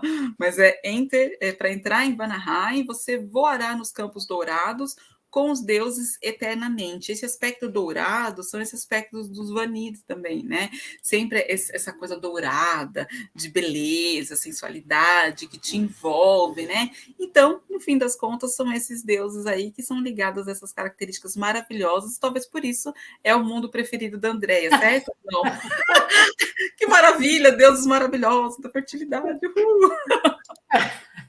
Olha, gente, uma pessoa que tem Lua em Libra, que é um signo venusiano, e o touro Vênus em touro, que também ele está ali no próprio planeta regente, eu costumo dizer que esse mundo é que ele se assemelha à nossa Vênus. É o planeta dos taurinos e dos librianos, né? Que é o planeta do amor, o planeta da sedução, o planeta do dinheiro, enfim. Vanaheim, gente, para quem não sabe, como eu falei, alguns mundos, eles contribuem para algumas coisas que os seres humanos precisam para viver aqui na Terra. Em Midgard, no caso, né? Uns traz os minerais, as riquezas, outro traz a inteligência para nós, seres humanos, outros trazem o quê? A produção, né, da comida, da semente, tudo aquilo que envolve a semente e a vida na Terra, ela é a energia vinda de Vanaheim, né? Então, é essa energia desse mundo que transmite para a Terra para a gente florescer. Essa coisa linda que nós vemos na natureza, que é as árvores cheias de frutos, cheias de flores, essas flores maravilhosas que a gente tem, os frutos, né? Hortênsias, né? Hortaliças, né? Que vamos chamar assim, que é que a gente come, as verduras, é toda energia de Vanaheim, né? Então, quando a gente fala de semente, né, tem uma outra runa, gente, que parece o falo, né, para não falar outra coisa, de Deus Freyr, tá? Então, é melhor não pegar, porque eu tive um aluno que ele viu exatamente isso daí. Poxa, né, fez uma brincadeira assim, mas eu fiquei Os sem humanos têm graça. poderes, mas a mitologia não tem, porque são os aspectos naturais da vida, inclusive, né, as partes do corpo humano que trazem essas Sim, né? representações, né? Aqui já vou pegar a runa que representa, tá, gente? É Igwas, tá? Que é a runa Ing, que Ing, na verdade, é um outro nome dado ao deus Freyr, para quem não sabe. Então, a runa, ela carrega o nome de Freyr, que é um outro nome dele, que era Ing, em outra região nórdica lá, tá? Então, aqui Ing, né, que é o nome do deus, é a junção do NG. Quando você tiver encontrar alguma palavra que tenha essa conjunção de letras, você substitui pela runa, tá? A runa, ela pode ter esse formato, né, de um losango com as perninhas ida para o espaço, que essas perninhas que eu falo que é isso aqui, ou somente o losango, tá? Não tem problema, os dois formatos estão corretos. E ela tá na posição 22 do Elder Futark, tá? No terceiro et, tá? E aqui nós vemos, aqui na verdade é como se fosse uma semente aqui na Terra, que ela está ali mudinha, e ela vai crescendo, crescendo, crescendo até subir na Terra, tá? Então, aqui é a representação do crescimento e superação, porque essa runa também fala de superação, quando a gente supera alguma coisa. Por exemplo, quem está fazendo o tratamento do câncer consegue ser curado, e aí ela tem uma superação de algo ruim, né? A gente supera alguma coisa na vida, assim, seja ela qual for, não precisa ser exatamente uma doença. É isso, porque na verdade, quando essa runa aparece para alguém, gente, é uma coisa muito boa. Ela só tem aspectos positivos. Eu, particularmente, eu tenho um carinho, e eu fico até um pouco emocionada, vocês me desculpem, por essa runa. Porque quando eu fiz a minha formação de mestre de runas, a gente tinha uma sala cheia e cada um foi responsável por uma runa e eu fiquei por essa. E foi justamente quando eu passei por um momento muito difícil, estava superando esse momento difícil, que era a perda do meu pai, e foi justamente nessa runa. Foi uma superação, né? E então ela tem uma coisa que mexe comigo assim demais, em particular. E foi a minha runa do ano, desse ano aqui. Porque a gente faz uma tiragem, eu não sei se vocês sabem, uma tiragem do ano, que runa que vai representar o ano daquela pessoa. E essa aqui foi o meu. Então, é a runa da superação, tá, gente? Quando a gente supera, e é a runa que é a semente, que ela vai trazer coisas boas, coisas novas para você, muito boas, do que aquilo que você tinha antes. Que legal. E, bom, eu acho que a letra do Therion, que fala Enter Vanaheim, entre em Vanaheim, é para você entrar justamente nessa energia de superação, de semente, da sua semente sendo plantada e germinando de alguma forma para os aspectos bons da sua vida, né?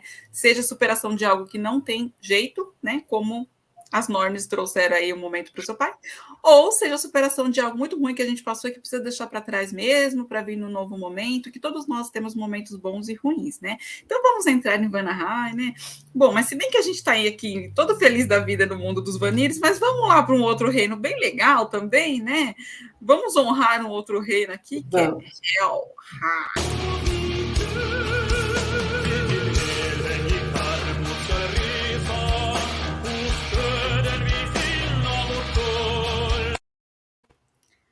Bom, gente, antes de eu entrar para falar o que é Helheim, não sei se vocês ouviram o trechinho dessa música, mas o que ela está falando? Esse trecho dessa música é uma música folclórica que foi usada, inclusive, aí por alguns momentos bem complexos da nossa história, né?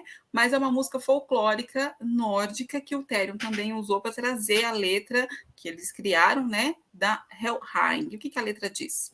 Antes do que a letra diz, o que é Helheim? É o mundo dos mortos, o mundo de Hel.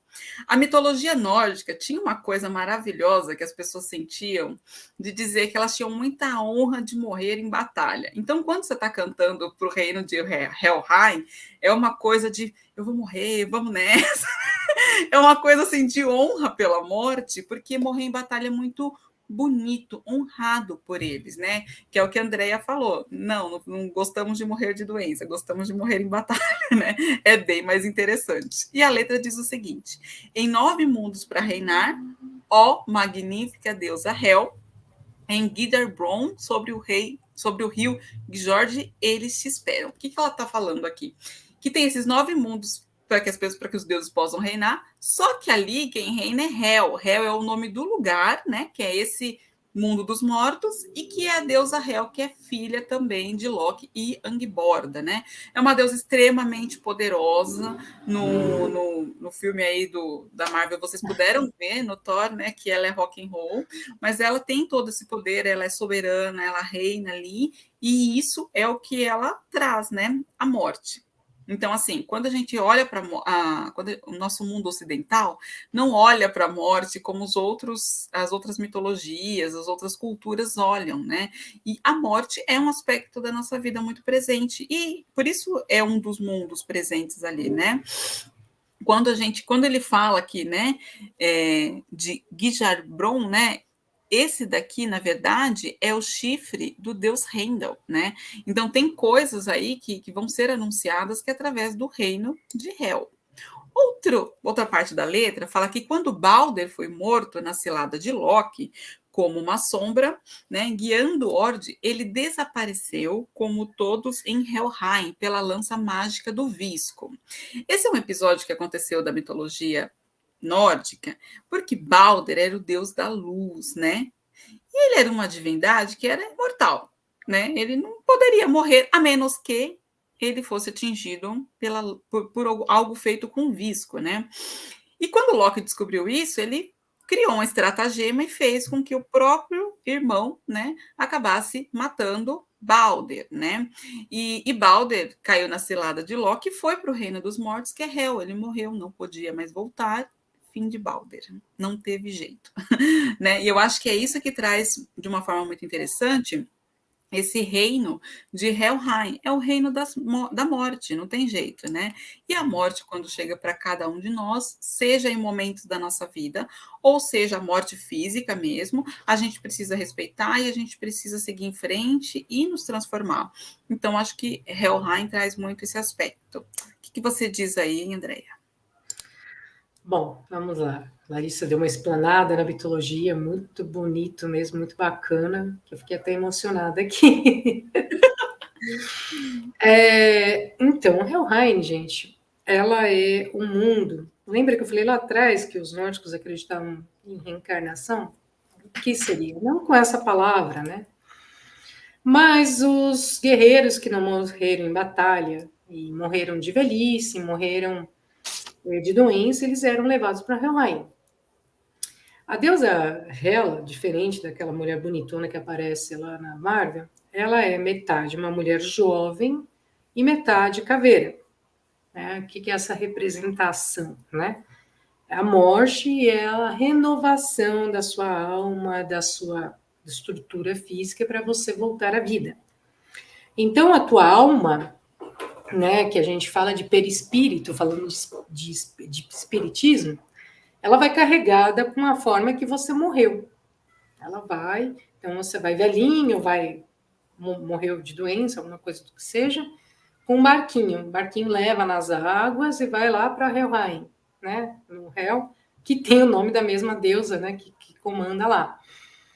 Essa deusa, que ela tem o poder da cura e da doença e da morte, ela pode fazer isso como nós temos uma deusa assim na mitologia egípcia, e deve ter outras assim em outras mitologias, mas eu conheço só na egípcia porque é o que eu tenho mais domínio, que é a Sekhmet, né? Ela vai cuidar dessa alma, dessa pessoa, né? Tratar, tirar todas as enzimas de sua última vida, até ela voltar aquela sementinha, e vai voltar pelas águas na sua nova vida na Terra, tá? Então, ela vai vir com uma nova missão aqui, diferente dos guerreiros que vai para Valhalla e fica a eternidade lá, tá? E ficam lá firmes e fortes. Oi? Ficam lá firmes e fortes até chegar a batalha final. Aí daí quando chega lá, aí vai todo mundo pro saco, tá, gente? Vai Deus, vai alma que foi para a eternidade, vai tudo, né? Então, essa é a função dessa deusa, né? A deusa Hela, não é ir lá jogar praga no mundo e ficar todo mundo doente. Não. A função dela, né? É cuidar dos mortos, os mortos que chegaram por doença ou por velhice, para cuidar de suas almas, para que eles possam ter uma nova oportunidade na Terra para morrer como guerreiros, né? Então, esse mundo é basicamente isso. E para os nórdicos, na época, era humilhante morrer assim, dessa forma, né? Eles não queriam, eles queriam ficar na eternidade nos salões lá de Asgard, né? Que é em Valhalla. Eu não sei, eu não tenho em mente aqui, mas em Vanheim, Freya também tinha um salão, porque não era só homens que morriam, né, em batalha, tinham guerreiras também, então as guerreiras iam para Vanheim, né, e elas ficavam lá curtindo também um babado com os guerreiros que ficavam em Valhalla, né, gente, porque lá a gente trata do masculino, né, dos homens, guerreiros masculinos, que ficavam bebendo, e com as virgens, né, as guerreiras iam querer os homens, né, aqueles homens todos bonitões, assim, em Vanaheim. Então elas ficavam no salão de Freia. E é muito interessante porque a mitologia nórdica, ela traz aí esse aspecto patriarcal mais forte, né, como várias outras mitologias também trazem. Porém, a cultura nórdica, as mulheres não ficavam em casa lavando apenas e passando, elas iam para a batalha. Então, óbvio que elas iam morrer como guerreiras e óbvio que elas teriam um lugar também, né? Com o tempo, as próprias divindades, né, Frigga e tantas outras, o poder que elas tinham ali na mitologia foi sendo reduzido, esquecido, né? Mas elas eram extremamente poderosas, assim como Freya também, né? Não era à toa que ela tinha um salão de guerreiras que também atuavam aí de alguma forma, né? Atuaram na batalha final, como Freya também atuou na batalha final, embora não se ouça muito falar de mulheres na batalha final, mas essa é uma outra história. E Freya, ela era a deusa e rainha das Valquírias. Valquírias, elas eram amazonas, né? São entidades, né? Vamos chamar assim, criaturas guerreiras, mulheres amazonas guerreiras, né? No plano cósmico. Que as mulheres guerreiras aqui acabavam gostando, e os homens também, porque eram mulheres lindas, né? Só fazendo uma adendo aqui, que eu me lembrei agora, Larissa, tem escrituras que fala que Freia na verdade, o salão dela fica em Asgard, tá? Como tem outras que falam que é em Vanaheim. Mas como são escrituras muito antigas, e tem vários relatos, ninguém sabe qual que é a real verdade, né? Então, tem pessoas que adotam que é Asgard e tem pessoas que adotam em Vanaheim. Eu prefiro acreditar, André, eu prefiro acreditar que em Vanaheim, que é onde é o mundo que ela vive, entendeu? O mundo dos Vanir não é lá em Asgard, tá?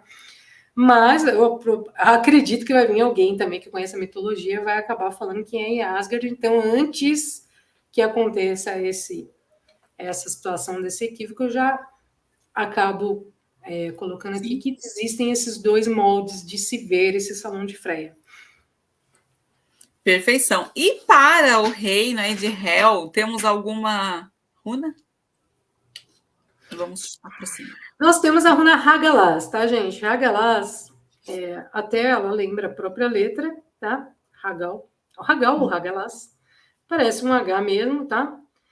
Aqui a letra dela e aqui a ordem dela no Elder Futark, antigo Futark, tá? Aqui nós temos o fogo e aqui nós temos o granizo, tá? E aqui a concentração. Gente, o granizo, a gente hoje em dia não vê muito chuva de granizo aqui, acho que com exceção lá no sul do país, né? Que lá tem bastante chuva de granizo. Mas São Paulo, antigamente, quando eu era jovem, eu era bem criança, que agora eu já estou chegando quase nos 50, a gente tinha muito granizo. A gente tinha as chuvas de granizo pesada aqui, tá? Hoje a gente não vê nada. E eu vejo cada vez muito pouco chuva de granizo aqui. Ainda bem, né? Porque isso aí é muito ruim. Que vem depois de uma temperatura muito quente, né? E aí, quando chove, esfria muito, ao invés de cair a chuva, cai a chuva de granizo, né? O gelinho do céu. E lá, o granizo não era brincadeira, tá? O granizo era pedrona, que matava até animais. Então, ele destruía tudo que tinha, destruía a plantação que eles conseguiam, porque era muito difícil plantar lá nas regiões que essas pessoas viviam, tá? Que é esses nórdicos, chamados vikings, por isso que eles acabavam sendo meio nômades ou procurando outros lugares, porque era muito difícil, gente, plantar. Então, as pedras eram tão grandes que elas acabavam até matando alguns animais, tá? Então, o significado dela é um rompimento, a destruição. Então, quando vem essa runa, ela fala de uma coisa que a gente não tem controle. É uma ruptura, uma transformação dos céus que nós não temos controle. Não dá para a gente controlar. A gente não tem o que fazer. Então, se aquilo tem que acabar, tem que morrer, vai ter que acabar, tá? É uma força da natureza, né? A força da natureza, dos céus. Aí depende do que você acreditar, tá? E ele vinha acabar com aquela situação de uma forma dolorida. Não é uma forma boa. Não é que nem uma adagas da vida, que você vai lá, se enxerga, olha, eu preciso mudar. Você foi lá e quis mudar. Né? A transformação ela é sempre muito complicada, mas você quis fazer. Quando é com Hagalaz, o negócio não é bem assim. O negócio vem dando porrada mesmo e de uma forma meio bruta. E isso, quando a gente pensa, né, em uma ruptura de forma muito dolorida, a gente pensa na morte. Porque a gente sabe que você não vai mais ter aquilo, você não vai mais ver aquela pessoa, você não vai mais ter contato com aquela coisa. Então, para nós, isso ainda é muito difícil. Por mais que nós sabemos que isso é a única realidade da nossa vida, né? Que a gente tem o nosso ciclo aqui, nosso tempo aqui na Terra, a gente não aceita. A gente nunca vai aceitar. A gente acha que vai ficar para a semente, o fulano, nossos pais, nossos tios, e vai virar a semente. Né? A gente não quer. Eu, particularmente, não quero perder meus gatinhos. Queria que eles vivessem a eternidade comigo, ou quando eu fosse embora, fosse junto comigo. Que nem os antigos egípcios lá, que enterravam os gatinhos junto. né? Nossa, amava todo mundo, levava todo mundo junto. Queria a mesma coisa, tá? E... Mas não é bem assim. Não é que essa runa representa a morte, tá, gente? Não é, não vamos confundir, não vamos confundir e associar ela à morte. Não. Essa runa representa a ruptura. Obviamente, ela associada com outras runas que podem estar junto ou próximas, ela vai retratar a morte, tá? Mas ela sozinha, ela só vem falar que alguma coisa vai acabar não de uma forma muito boa, né? Você vai sentir um pouco com isso, seja um relacionamento afetivo amoroso, seja um corte na sua empresa. São infinitas coisas, tá, gente? Que às vezes você não está esperando. Ela traz isso daí. E é muito interessante que você falou de Hel. Hel é o nome do lugar e o nome da divindade, da deusa. Da mesma forma que na mitologia grega temos Hades, que é o nome do lugar, e o nome da divindade que rege o lugar, que é o mundo dos mortos também, né? Então Nossa, essa que interessante. semelhança é muito interessante, né? Porque o mundo dos mortos, ele é regido pela divindade que leva o nome, então é tudo ali, fica tudo certo e vai para lá e eles que decidem, né? E acho que acho que tanto Hades quanto Hel não são deuses maus, né? Mas eles Não. carregam essa característica da runa Hagalaz perfeito, né? A ruptura aconteceu, daqui para frente é isso que temos, né? Vamos lidar com a morte. Mas agora que chegamos, né, no último mundo aí, que é Helheim, que está, né, segundo a ordem do CD, do Therion, do álbum do Therion, vamos falar da última música, que é Secret of the Runes.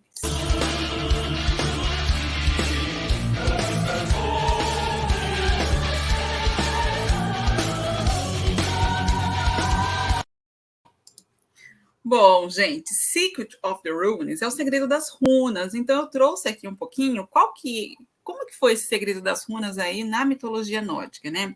Eles falam de Angatir, né? Seu sussurro me contou o segredo das runas. Eu te sigo para me tornar imortal. Dou uma volta na árvore do mundo, me ofereço a mim, eu ouço a música, eu gravo as runas de Irmin. O que é Angatir? É um dos nomes de Odin que significa Deus dos enforcados. E por que Deus dos enforcados? Porque na mitologia nórdica tem uma das passagens que eu acho mais incrível de todas, porque Odin se sacrificou a si mesmo. Ele se pendurou por 9 noites na árvore Yggdrasil, né? Se enforcou lá e se pendurou em sacrifício a ele mesmo, porque ele queria algo além do que ele tinha. E ali ele adquiriu a sabedoria das runas. E é muito interessante, né? Eu te sigo para me tornar imortal. Uma das coisas que tornam nós humanos imortais é o nosso conhecimento, é aquilo que a gente deixa na Terra para o futuro, né? Quantos de nós vamos viver para sempre? Ninguém. Mas quantos de nós vamos deixar um legado que as pessoas vão lembrar da gente ainda por muito tempo? E foi isso que Odin fez, se sacrificando a si mesmo. Quem que era o deus dos deuses? Para quem as pessoas ofereciam sacrifícios? Para Odin. E foi isso que ele fez. Ele fez um auto-sacrifício, né? E quando a gente pensa no nosso auto-sacrifício, o que a gente está disposto a fazer por nós mesmos para evoluir, para garantir coisas melhores para a nossa vida? A gente quer tudo de graça ou a gente vai abrir mão de algo muito importante para que a gente tenha, de fato, algo transcendental, uma coisa evolutiva? Odin abriu mão da vida dele, né? E eu acho que isso é muito simbólico, né? Eu ouço a música, eu gravo as runas de Irmin. Ele gravou as runas dele, aquele conhecimento penetrou no corpo dele. A partir desse momento, era dele o conhecimento, né? Então eu acho isso muito, muito legal, porque dar uma volta na árvore do mundo é honrar essa árvore do mundo, honrar os ciclos, honrar as capacidades dos 9 mundos de existir, né? Por isso que ele estava por 9 noites pendurado ali, né? Então isso é muito simbólico. Então é uma riqueza na letra da música que traz todo esse conhecimento, né? Enquanto eu ouvia a música assim sozinha, tal, eu ficava pensando, meu Deus, olha isso, né? Que incrível, que magnífico. Porque, né, no fim das contas, se você entende esse significado simbólico, é como se você estivesse lendo um livrão ali só através da arte do Therion. Depois ele fala: pelo poço de Mimanet, 18 runas vão até você. Pegue o manto de Angatir, você vai sentir a serpente se levantar. Né? Esse poço também que traz o conhecimento sagrado. Ele fala de 18 runas, e a Andrea já vai explicar por que 18, né, sendo que a gente já viu ali numa runa o número 23, né, então por que aqui tinha 18? Então, ele recebeu conhecimento de 18 runas, né? E essa serpente que se levantou, no fim das contas, é essa capacidade que a gente tem do conhecimento. A serpente é um símbolo do conhecimento em muitas mitologias. E ele teve o símbolo do conhecimento através do conhecimento rúnico, do sacrifício que ele falou, né? E o manto de Angatir, o que é vestir o manto de Angatir? É você vestir o manto do auto-sacrifício, você se tornar alguém que se sacrifica por alguma coisa, seja por você ou também seja por uma causa, por uma pessoa, por alguém, né? E eu acho que isso era muito valorizado na mitologia nórdica, né? Então, tem passagens na mitologia nórdica que se você não sacrifica alguma coisa, você não obtém nada. Então, o sacrifício, ele era a moeda de troca, né? Da mitologia, onde você conseguia coisas magníficas. Certo, Andreia? Certo. Bom, vamos lá, gente. Falando um pouquinho do Odin nessa situação dessa música, né, que ele dá a volta. Como a gente falou lá atrás dos anões, vamos falar um pouquinho de mitologia aqui. Os anões, eles fizeram a lança de Odin. Odin tem uma lança, para quem veja as imagens de Odin por aí na internet, está sempre com uma lança. Odin, ele sabia que tinha um conhecimento, né, que era até por onde os homens iam entrar em contato com eles e conversar com os deuses, que eram as runas. E ele queria encontrar as runas, saber que esses símbolos e tal. E ele fez um auto-sacrifício. Primeiro sacrifício. Ele fez 2 sacrifícios, tá? O primeiro, ele se autoimolou, né? Ele ficou de cabeça para baixo. O que é? É uma simbologia, tá, gente? É uma parábola de ficar de cabeça para baixo. Quando você pega isso relacionado ao tarô, e tem muitos tarôs que põem o próprio Odin com as runas desenhadas de cabeça para baixo, que não é o enforcado, mas o pendurado, porque quando você está enforcado, você está pelo pescoço. Quando você está de cabeça para baixo, você está pendurado. Né? A gente tem esses trocadilhos, né, que muita gente não entende. É para você ver a situação de um outro ângulo. Quando você enxerga de um outro ângulo, você tem a percepção de algo que você não tinha no seu estado da zona de conforto, como a gente chama. Então, às vezes, você precisa sair da zona de conforto para você enxergar as coisas de um outro ângulo e entender melhor. Então, Odin ficou 9 dias, 9 noites. Geralmente, a gente faz sacrifício de outras coisas que não tem nada a ver com a nossa vaidade para poder conseguir as coisas. Mas nos nórdicos, o próprio Deus, o próprio Odin, se auto-sacrificou para conseguir aquilo que ele queria. Não sacrificou nenhum animal, não sacrificou nenhuma pessoa, não sacrificou nada além dele mesmo, em busca daquilo que ele quer. Nós, às vezes, para a gente conseguir algo melhor, como a Larissa falou, o que é que nós fazemos na atualidade? A gente sacrifica o nosso tempo, que a gente poderia estar aí bebendo, para fazer uma faculdade. Tira o dinheiro para pagar um curso que a gente poderia comprar sei lá, uma roupa nova, ou sei lá o quê. Vai lá, paga um curso. É um sacrifício nós, né? Principalmente para nós mulheres que adoramos, né? Assim, perequetar e tudo mais. E a gente vai nisso para algo melhor, né? E Odin, quando passou esses 9 dias, 9 noites, ele passou sem comer, sem beber, aquela coisa toda, ele avistou as runas, os símbolos, lá embaixo na árvore de Yggdrasil. Só que, além disso, ele ainda não conhecia o que cada runa representava. Ele ainda precisava entender. E aonde estava esse entendimento? No poço de Mimir. Mimir, que é o supremo do conhecimento. Então, ele ia conseguir de graça? Não. Aí ele deu o seu olhinho direito em troca do conhecimento, que é o segundo. Passa para cá. Peraí, que agora vamos. Aí, ele tem um olho. Lá, olho escuro. Não. Aí ele deu o seu olhinho direito, né, para conseguir o conhecimento, pedindo para Mimir. Não é porque ele era Odin que Mimir ia dar a coisa para ele de mão beijada. Não é assim que a banda toca, né? Quando ele fez esse segundo auto-sacrifício, ele conseguiu o conhecimento das runas. O que elas representavam. E as 18? Gente, muita gente que é da fé ortodoxa nórdica, que a gente hoje tem kindreds, né, que chamamos, que são que nem igrejas, né, formadas com pessoas que levam a sério, têm a fé, têm as suas cerimônias, suas coisas todas, que eu tenho um puro respeito, tá?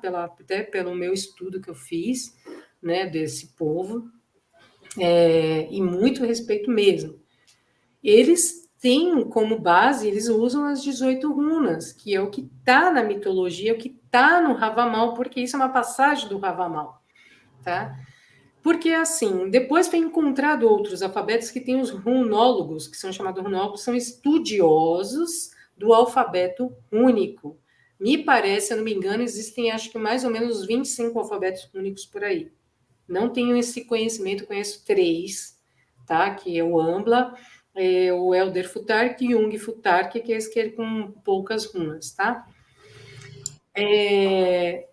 Tem alfabeto que tem 32, que é uma repetição de runas que já tem no Elder Futar, que não faz sentido, entendeu? E tem vários. E aí, esse grupo de pessoas, né, que atuam com a fé, eles usam esse alfabeto de 18 runas, que foi o que Odin, o Deus Pai de todos, encontrou e que teve o conhecimento, que é um tipo de alfabeto. Os místicos, esotéricos e afins usam o Elder Futhark, que são as 24 runas, tá, gente? Que é o mais comum, que tem o alfabeto da língua ocidental, aquela coisa toda, que é diferente da língua lá dos antigos nórdicos, que é uma língua diferente da gente. Nossa língua é do latim, né? Então, é uma abordagem um pouco diferente daqueles povos lá. Para eles, estavam confortáveis nessas letras.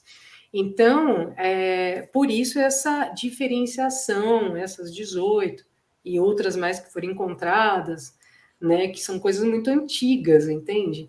Então, tem pessoas que estudam somente isso, né?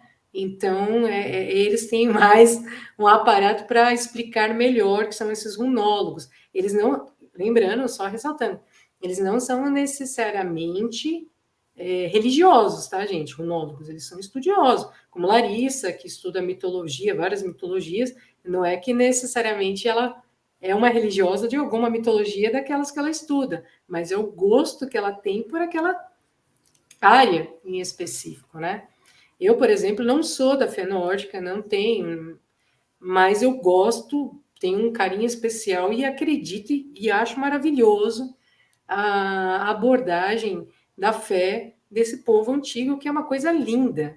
É assim, uma coisa deslumbrante mesmo.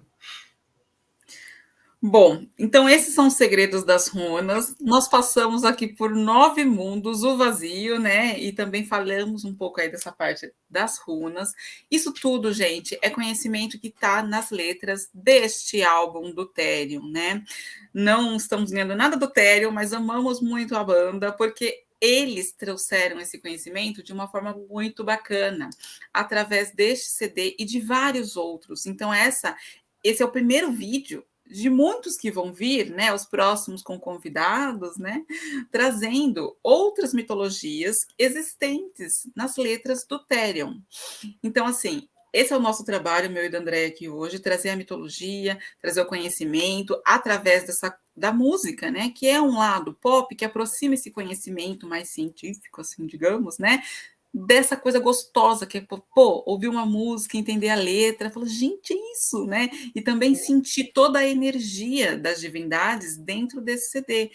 Ninguém ali do Therion é religioso também da fé nórdica, né? Mas eles homenagearam o pessoal ali, a mitologia, os deuses e tudo mais, quando fizeram esse CD incrível, né? Na capa do CD tem aqui, ó, as runinhas, né? Olha, Larissa, só para informar aqui um pouquinho, não te cortando, tá? Claro. Eles usaram o Elder Futhark para escrever aqui o nome do CD, Secret of Runes. Sim, legal. E aí eles usaram essas runas aqui, né, nos mundos também, ó, Soilo, que a Andrea mostrou, e outras também. Então, assim, é muito interessante porque eles trouxeram esse conhecimento através das letras e tudo mais, né? E eu, Larissa, né, trabalho aí, como eu falei, com psicoterapia, orientação vocacional de carreira, e no meu trabalho com a mitologia, através da revista Mitologia Aberta, que inclusive está aberta para qualquer pessoa que queira vir para a revista, participar. Tem uma sessão muito legal que é a Vitrola de Orfeu, que fala de bandas mitológicas, da qual a Andrea participou com um artigo incrível, que ela falou deste CD, Secret of the Runes, né? E óbvio, né? Dá para falar de 50 milhões de CDs do Therion lá naquela sessão, mas a gente também abre espaço para outras pessoas poder trazer, né? Outras bandas e tudo mais. Além disso, a revista tem artigos, tem várias outras sessões que vocês podem participar, os arquivos de Loki, né, que é a parte aí da mitologia cinematográfica e tantos outros, né, que vocês, se vocês quiserem conhecer a revista, é www.mitologiaaberta.com.br e é uma revista aberta a todos vocês, bimestral, eletrônica, de divulgação gratuita, né, que a gente faz com muito amor, muito carinho, para divulgar mitologia e os profissionais que atuam com ela. Nos meus escritos de mitologia também tem algumas outras coisas. E meu primeiro livro publicado foi O Sopro de Vênus, Contos Eróticos Mitológicos, que trazem histórias da mitologia mundial, né? Na verdade, são contos que eu criei baseados em histórias mitológicas, né, em divindades e tudo mais, trazendo tabus sexuais, né, que são meio difíceis de lidar e que através das histórias ficam muito mais fáceis de serem falados, né? São histórias sobre o amor, o prazer, são jornadas onde as pessoas podem fazer aí com seus parceiros, né, ou até mesmo individualmente, para se autoconhecer através do erotismo, né? E vendo só para essas histórias maravilhosas aí para vocês, através desse livro, que tem aí 9 ilustrações para acompanhar também, cada uma das histórias. Então, é um livro muito, muito bacana. O outro livro que eu tenho é A Música do Universo, uma jornada mítica musical e psicológica, que eu fiz com a Ângela Ribeiro, que é uma psicóloga, e a Érica Rotz, que é cantora lírica e professora de canto, e nós trouxemos aí 3 visões super bacanas pela música, psicologia e mito da história de Ângelo, né? Que é a jornada de Ângelo através dos deuses da música, né? Então, Ângelo parte nessa jornada de autoconhecimento, encontra deuses da música de diversas mitologias, inclusive da mitologia nórdica, que é super difícil de achar, mas eu não vou falar quem é agora. Mas que está aí no livro junto com tantas outras divindades, trazendo uma jornada de autoconhecimento, da busca da alma e da busca daquilo que você realmente veio fazer nesse mundo e qual é a diferença que isso faz para você, né? Ouvindo a sua música do universo. Agora a dona Andrea vai falar um pouquinho sobre ela e quando ela for falar dos livros eu vou colocar a capinha aqui para vocês também. Bom, assim como Larissa, eu escrevi alguns livros. Primeiro foi o do tarô, né? Que ele veio através de um trabalho que eu estava fazendo, porque eu dou curso de tarô para terapeutas, tá, gente? Não é um curso de tarô cartomancia, é para terapeutas. E ele envolve o autoconhecimento. Então, quando eu estava elaborando a minha apostila de tarô, nasceu o livro. Tá? É sempre assim, a gente está fazendo uma coisa, acaba nascendo outra. Ele já estava na segunda edição. Não vou mais mexer nesse livro, porque eu tenho outro livro que ainda vou lançar, referente ao tarô, então vou me focar nisso. Esse livro está à disposição no Clube de Autores e ele envolve todos os arcanos maiores, arcanos menores. E a Jornada do Louco, gente, é o autoconhecimento que envolve os arcanos maiores, né? Então, é toda a passagem, que isso é uma história, um conhecimento dos antigos egípcios. Para quem não sabe, eu sou formada e certificada em tarô egípcio, né? Eu me formei em tarô egípcio, então tem toda uma simbologia, mas eu não trouxe isso porque é muito carregado, você precisa saber de mitologia egípcia, como eu falei para vocês no começo que eu conheço. Então, esse eu captei coisas, tem informações aí nos arcanos maiores da mitologia egípcia, né? Simbologia até hebraica, porque hebraica envolve cabala, e depois, posteriormente, a gente vai falar disso. E, então, tem todos esses aspectos envolvidos nesse livro do curso de tarô. E eu tenho outro livro que eu nomeei aos Mestres das Runas, né? Que ele também é a segunda edição, não vou mais fazer nenhuma outra edição, esse vai ficar por aí. Que esse eu dediquei aos Mestres das Runas, os meus alunos que eu tive de iniciação de Mestria das Runas. A iniciação de mestria de runas é diferente do oráculo, somente o oráculo, tá, gente? Porque você faz semanalmente a passagem energética de cada runa, a vivência de cada runa, só que pelo antigo Futark, que é o Elder Futark, né? Que é o Futark de 24 runas, não de 18, como tem a passagem na mitologia nórdica, tá? Então, eu utilizo aquele que tem 3 Etir, tá? Que são situações e tem outras esferas, tem a esfera do autoconhecimento, das nossas limitações, das nossas vibrações. Então, eu fiz isso fazendo até analogia com outros oráculos dentro desse livro, tá? Está disponível também no Clube de Autores. A gente vai disponibilizar tudo aqui no YouTube, né? Onde a gente consegue, né, Larissa? Exatamente. Meus livros também estão disponíveis aí na Amazon, na Americanas, nessas grandes lojas, ou com a autora, se você quiser, autografada, né? Que é muito mais legal. E depois dá o retorno também do livro, que é uma coisa maravilhosa, acho que é bem bacana. Gente, não é por nada não, mas o livro O Sopro de Vênus, gente, é maravilhoso. É livro de cabeceira, viu, gente? Não é por nada não, livro de olha a propaganda maravilhosa. Obrigada, André. Bom, gente, é isso que a gente queria trazer para vocês aqui do álbum Secret of the Runes.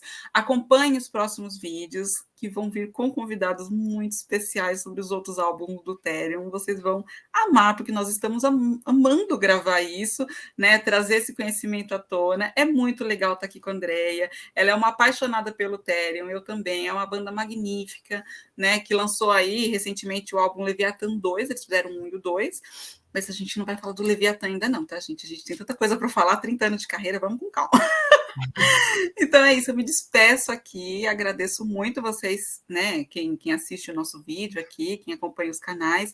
Entrem nos sites da Mitologia Aberta, da Larissa, no canal da Andrea, porque vocês vão ter bastante coisa aí para vocês se encherem de conhecimento, e entrem em contato, comentem aqui embaixo no vídeo dizendo se gostaram ou não, se inscrevam no nosso canal, ativem os sininhos, né? E quem é fã do Therion tem um monte de coisa para trazer. Comente aqui, gente, né? Vamos conversar aí para trazer bastante conhecimento. Palavras finais, Andréia.